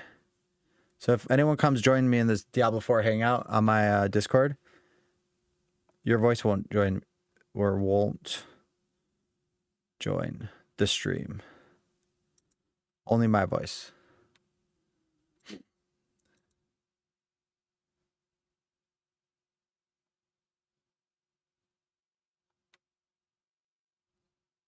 Yeah, that's what I'm saying.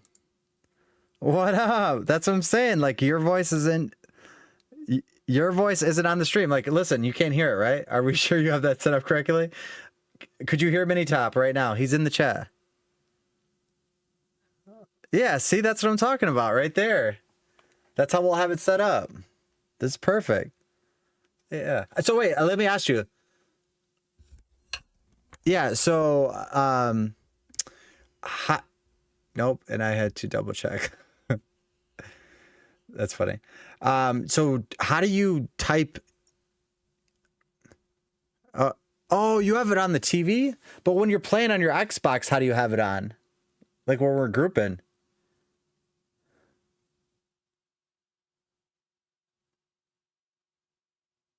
Oh, okay. Holy crap, that's that easy.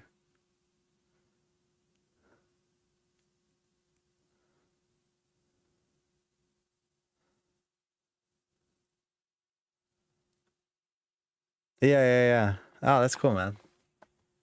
Let's appreciate that.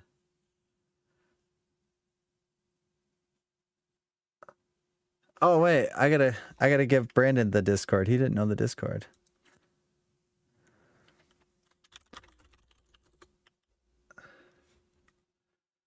I know. We're getting lit, baby. Getting ready for it.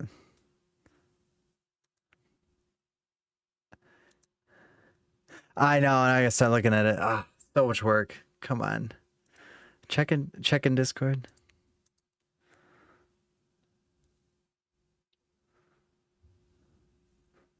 I know. We'll get it. We're focused. All right, let me invite. Let me send this copy. Let me paste. Let's get Brandon in here. See, Geeky, you could join too. You have the Discord already. Geeky, we need you to do some work on this Discord, actually. Geeky can make some good edits. Right? Where is she at? Is she talking in chat? I don't even see it right now. I'm like lost here. I'm live.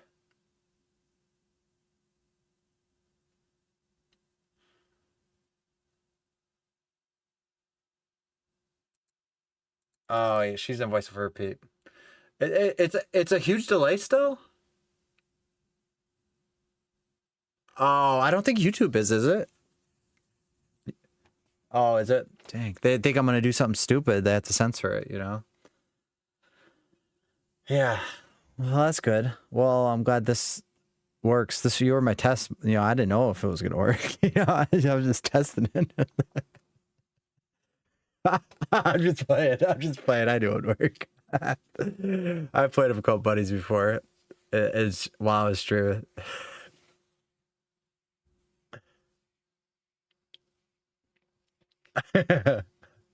No, they can't. Yeah, you could swear. I can't. Well, no, I don't have this. That's like my wife. You're good, man. There's a delay to protect you, actually. Yeah, I would think that's the thing. Yeah. What happens though if I say the wrong thing? Do I just stop my stream real quick? Is that what I do? I don't know if I can. Yeah, it's like, all right, later, y'all. I said the wrong thing. I don't know. I don't know how that works. All right, it's getting late though. I gotta get out of here. I gotta get some shut eye soon. I know, man. Hey, thanks for joining the chat. All right, we'll see. Yeah, for sure. Later.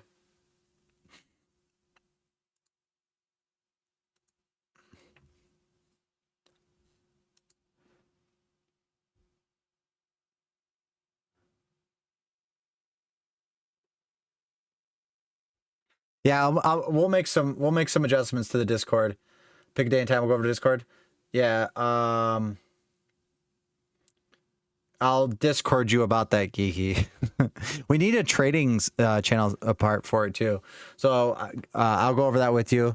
I am getting ready to end the stream though. But today it was fun. We got some cool updates. We got some good stuff happening. We're excited. I've heard this before. Yeah, but I have to do it now. I told everyone that I'd do it before season 4 starts. Geeky, if you've been on my stream the last couple of streams, you know this. So you would know what's going on. But dude. Wow, Geeky, wow. I'm just messing. You know, we still got love. We still got love. Come on. This is not downtime. This is I gotta get going time. Less than 2 weeks out. It's not gonna take that long. All right, how about Sunday? Sunday we'll talk. Sunday. Is that cool? Sunday. You know, yeah, I gotta talk to my secretary, see if that's a good time for me. You know what I mean? Evening, yeah, always evening. Evening. Yeah, we'll talk in Discord. All right. All right, y'all been great tonight. Tuesday's my time. I like it. All right. Brandon, Maytop, Geeky, everyone else that's here, appreciate it. And I will see you on the next one. Later, y'all.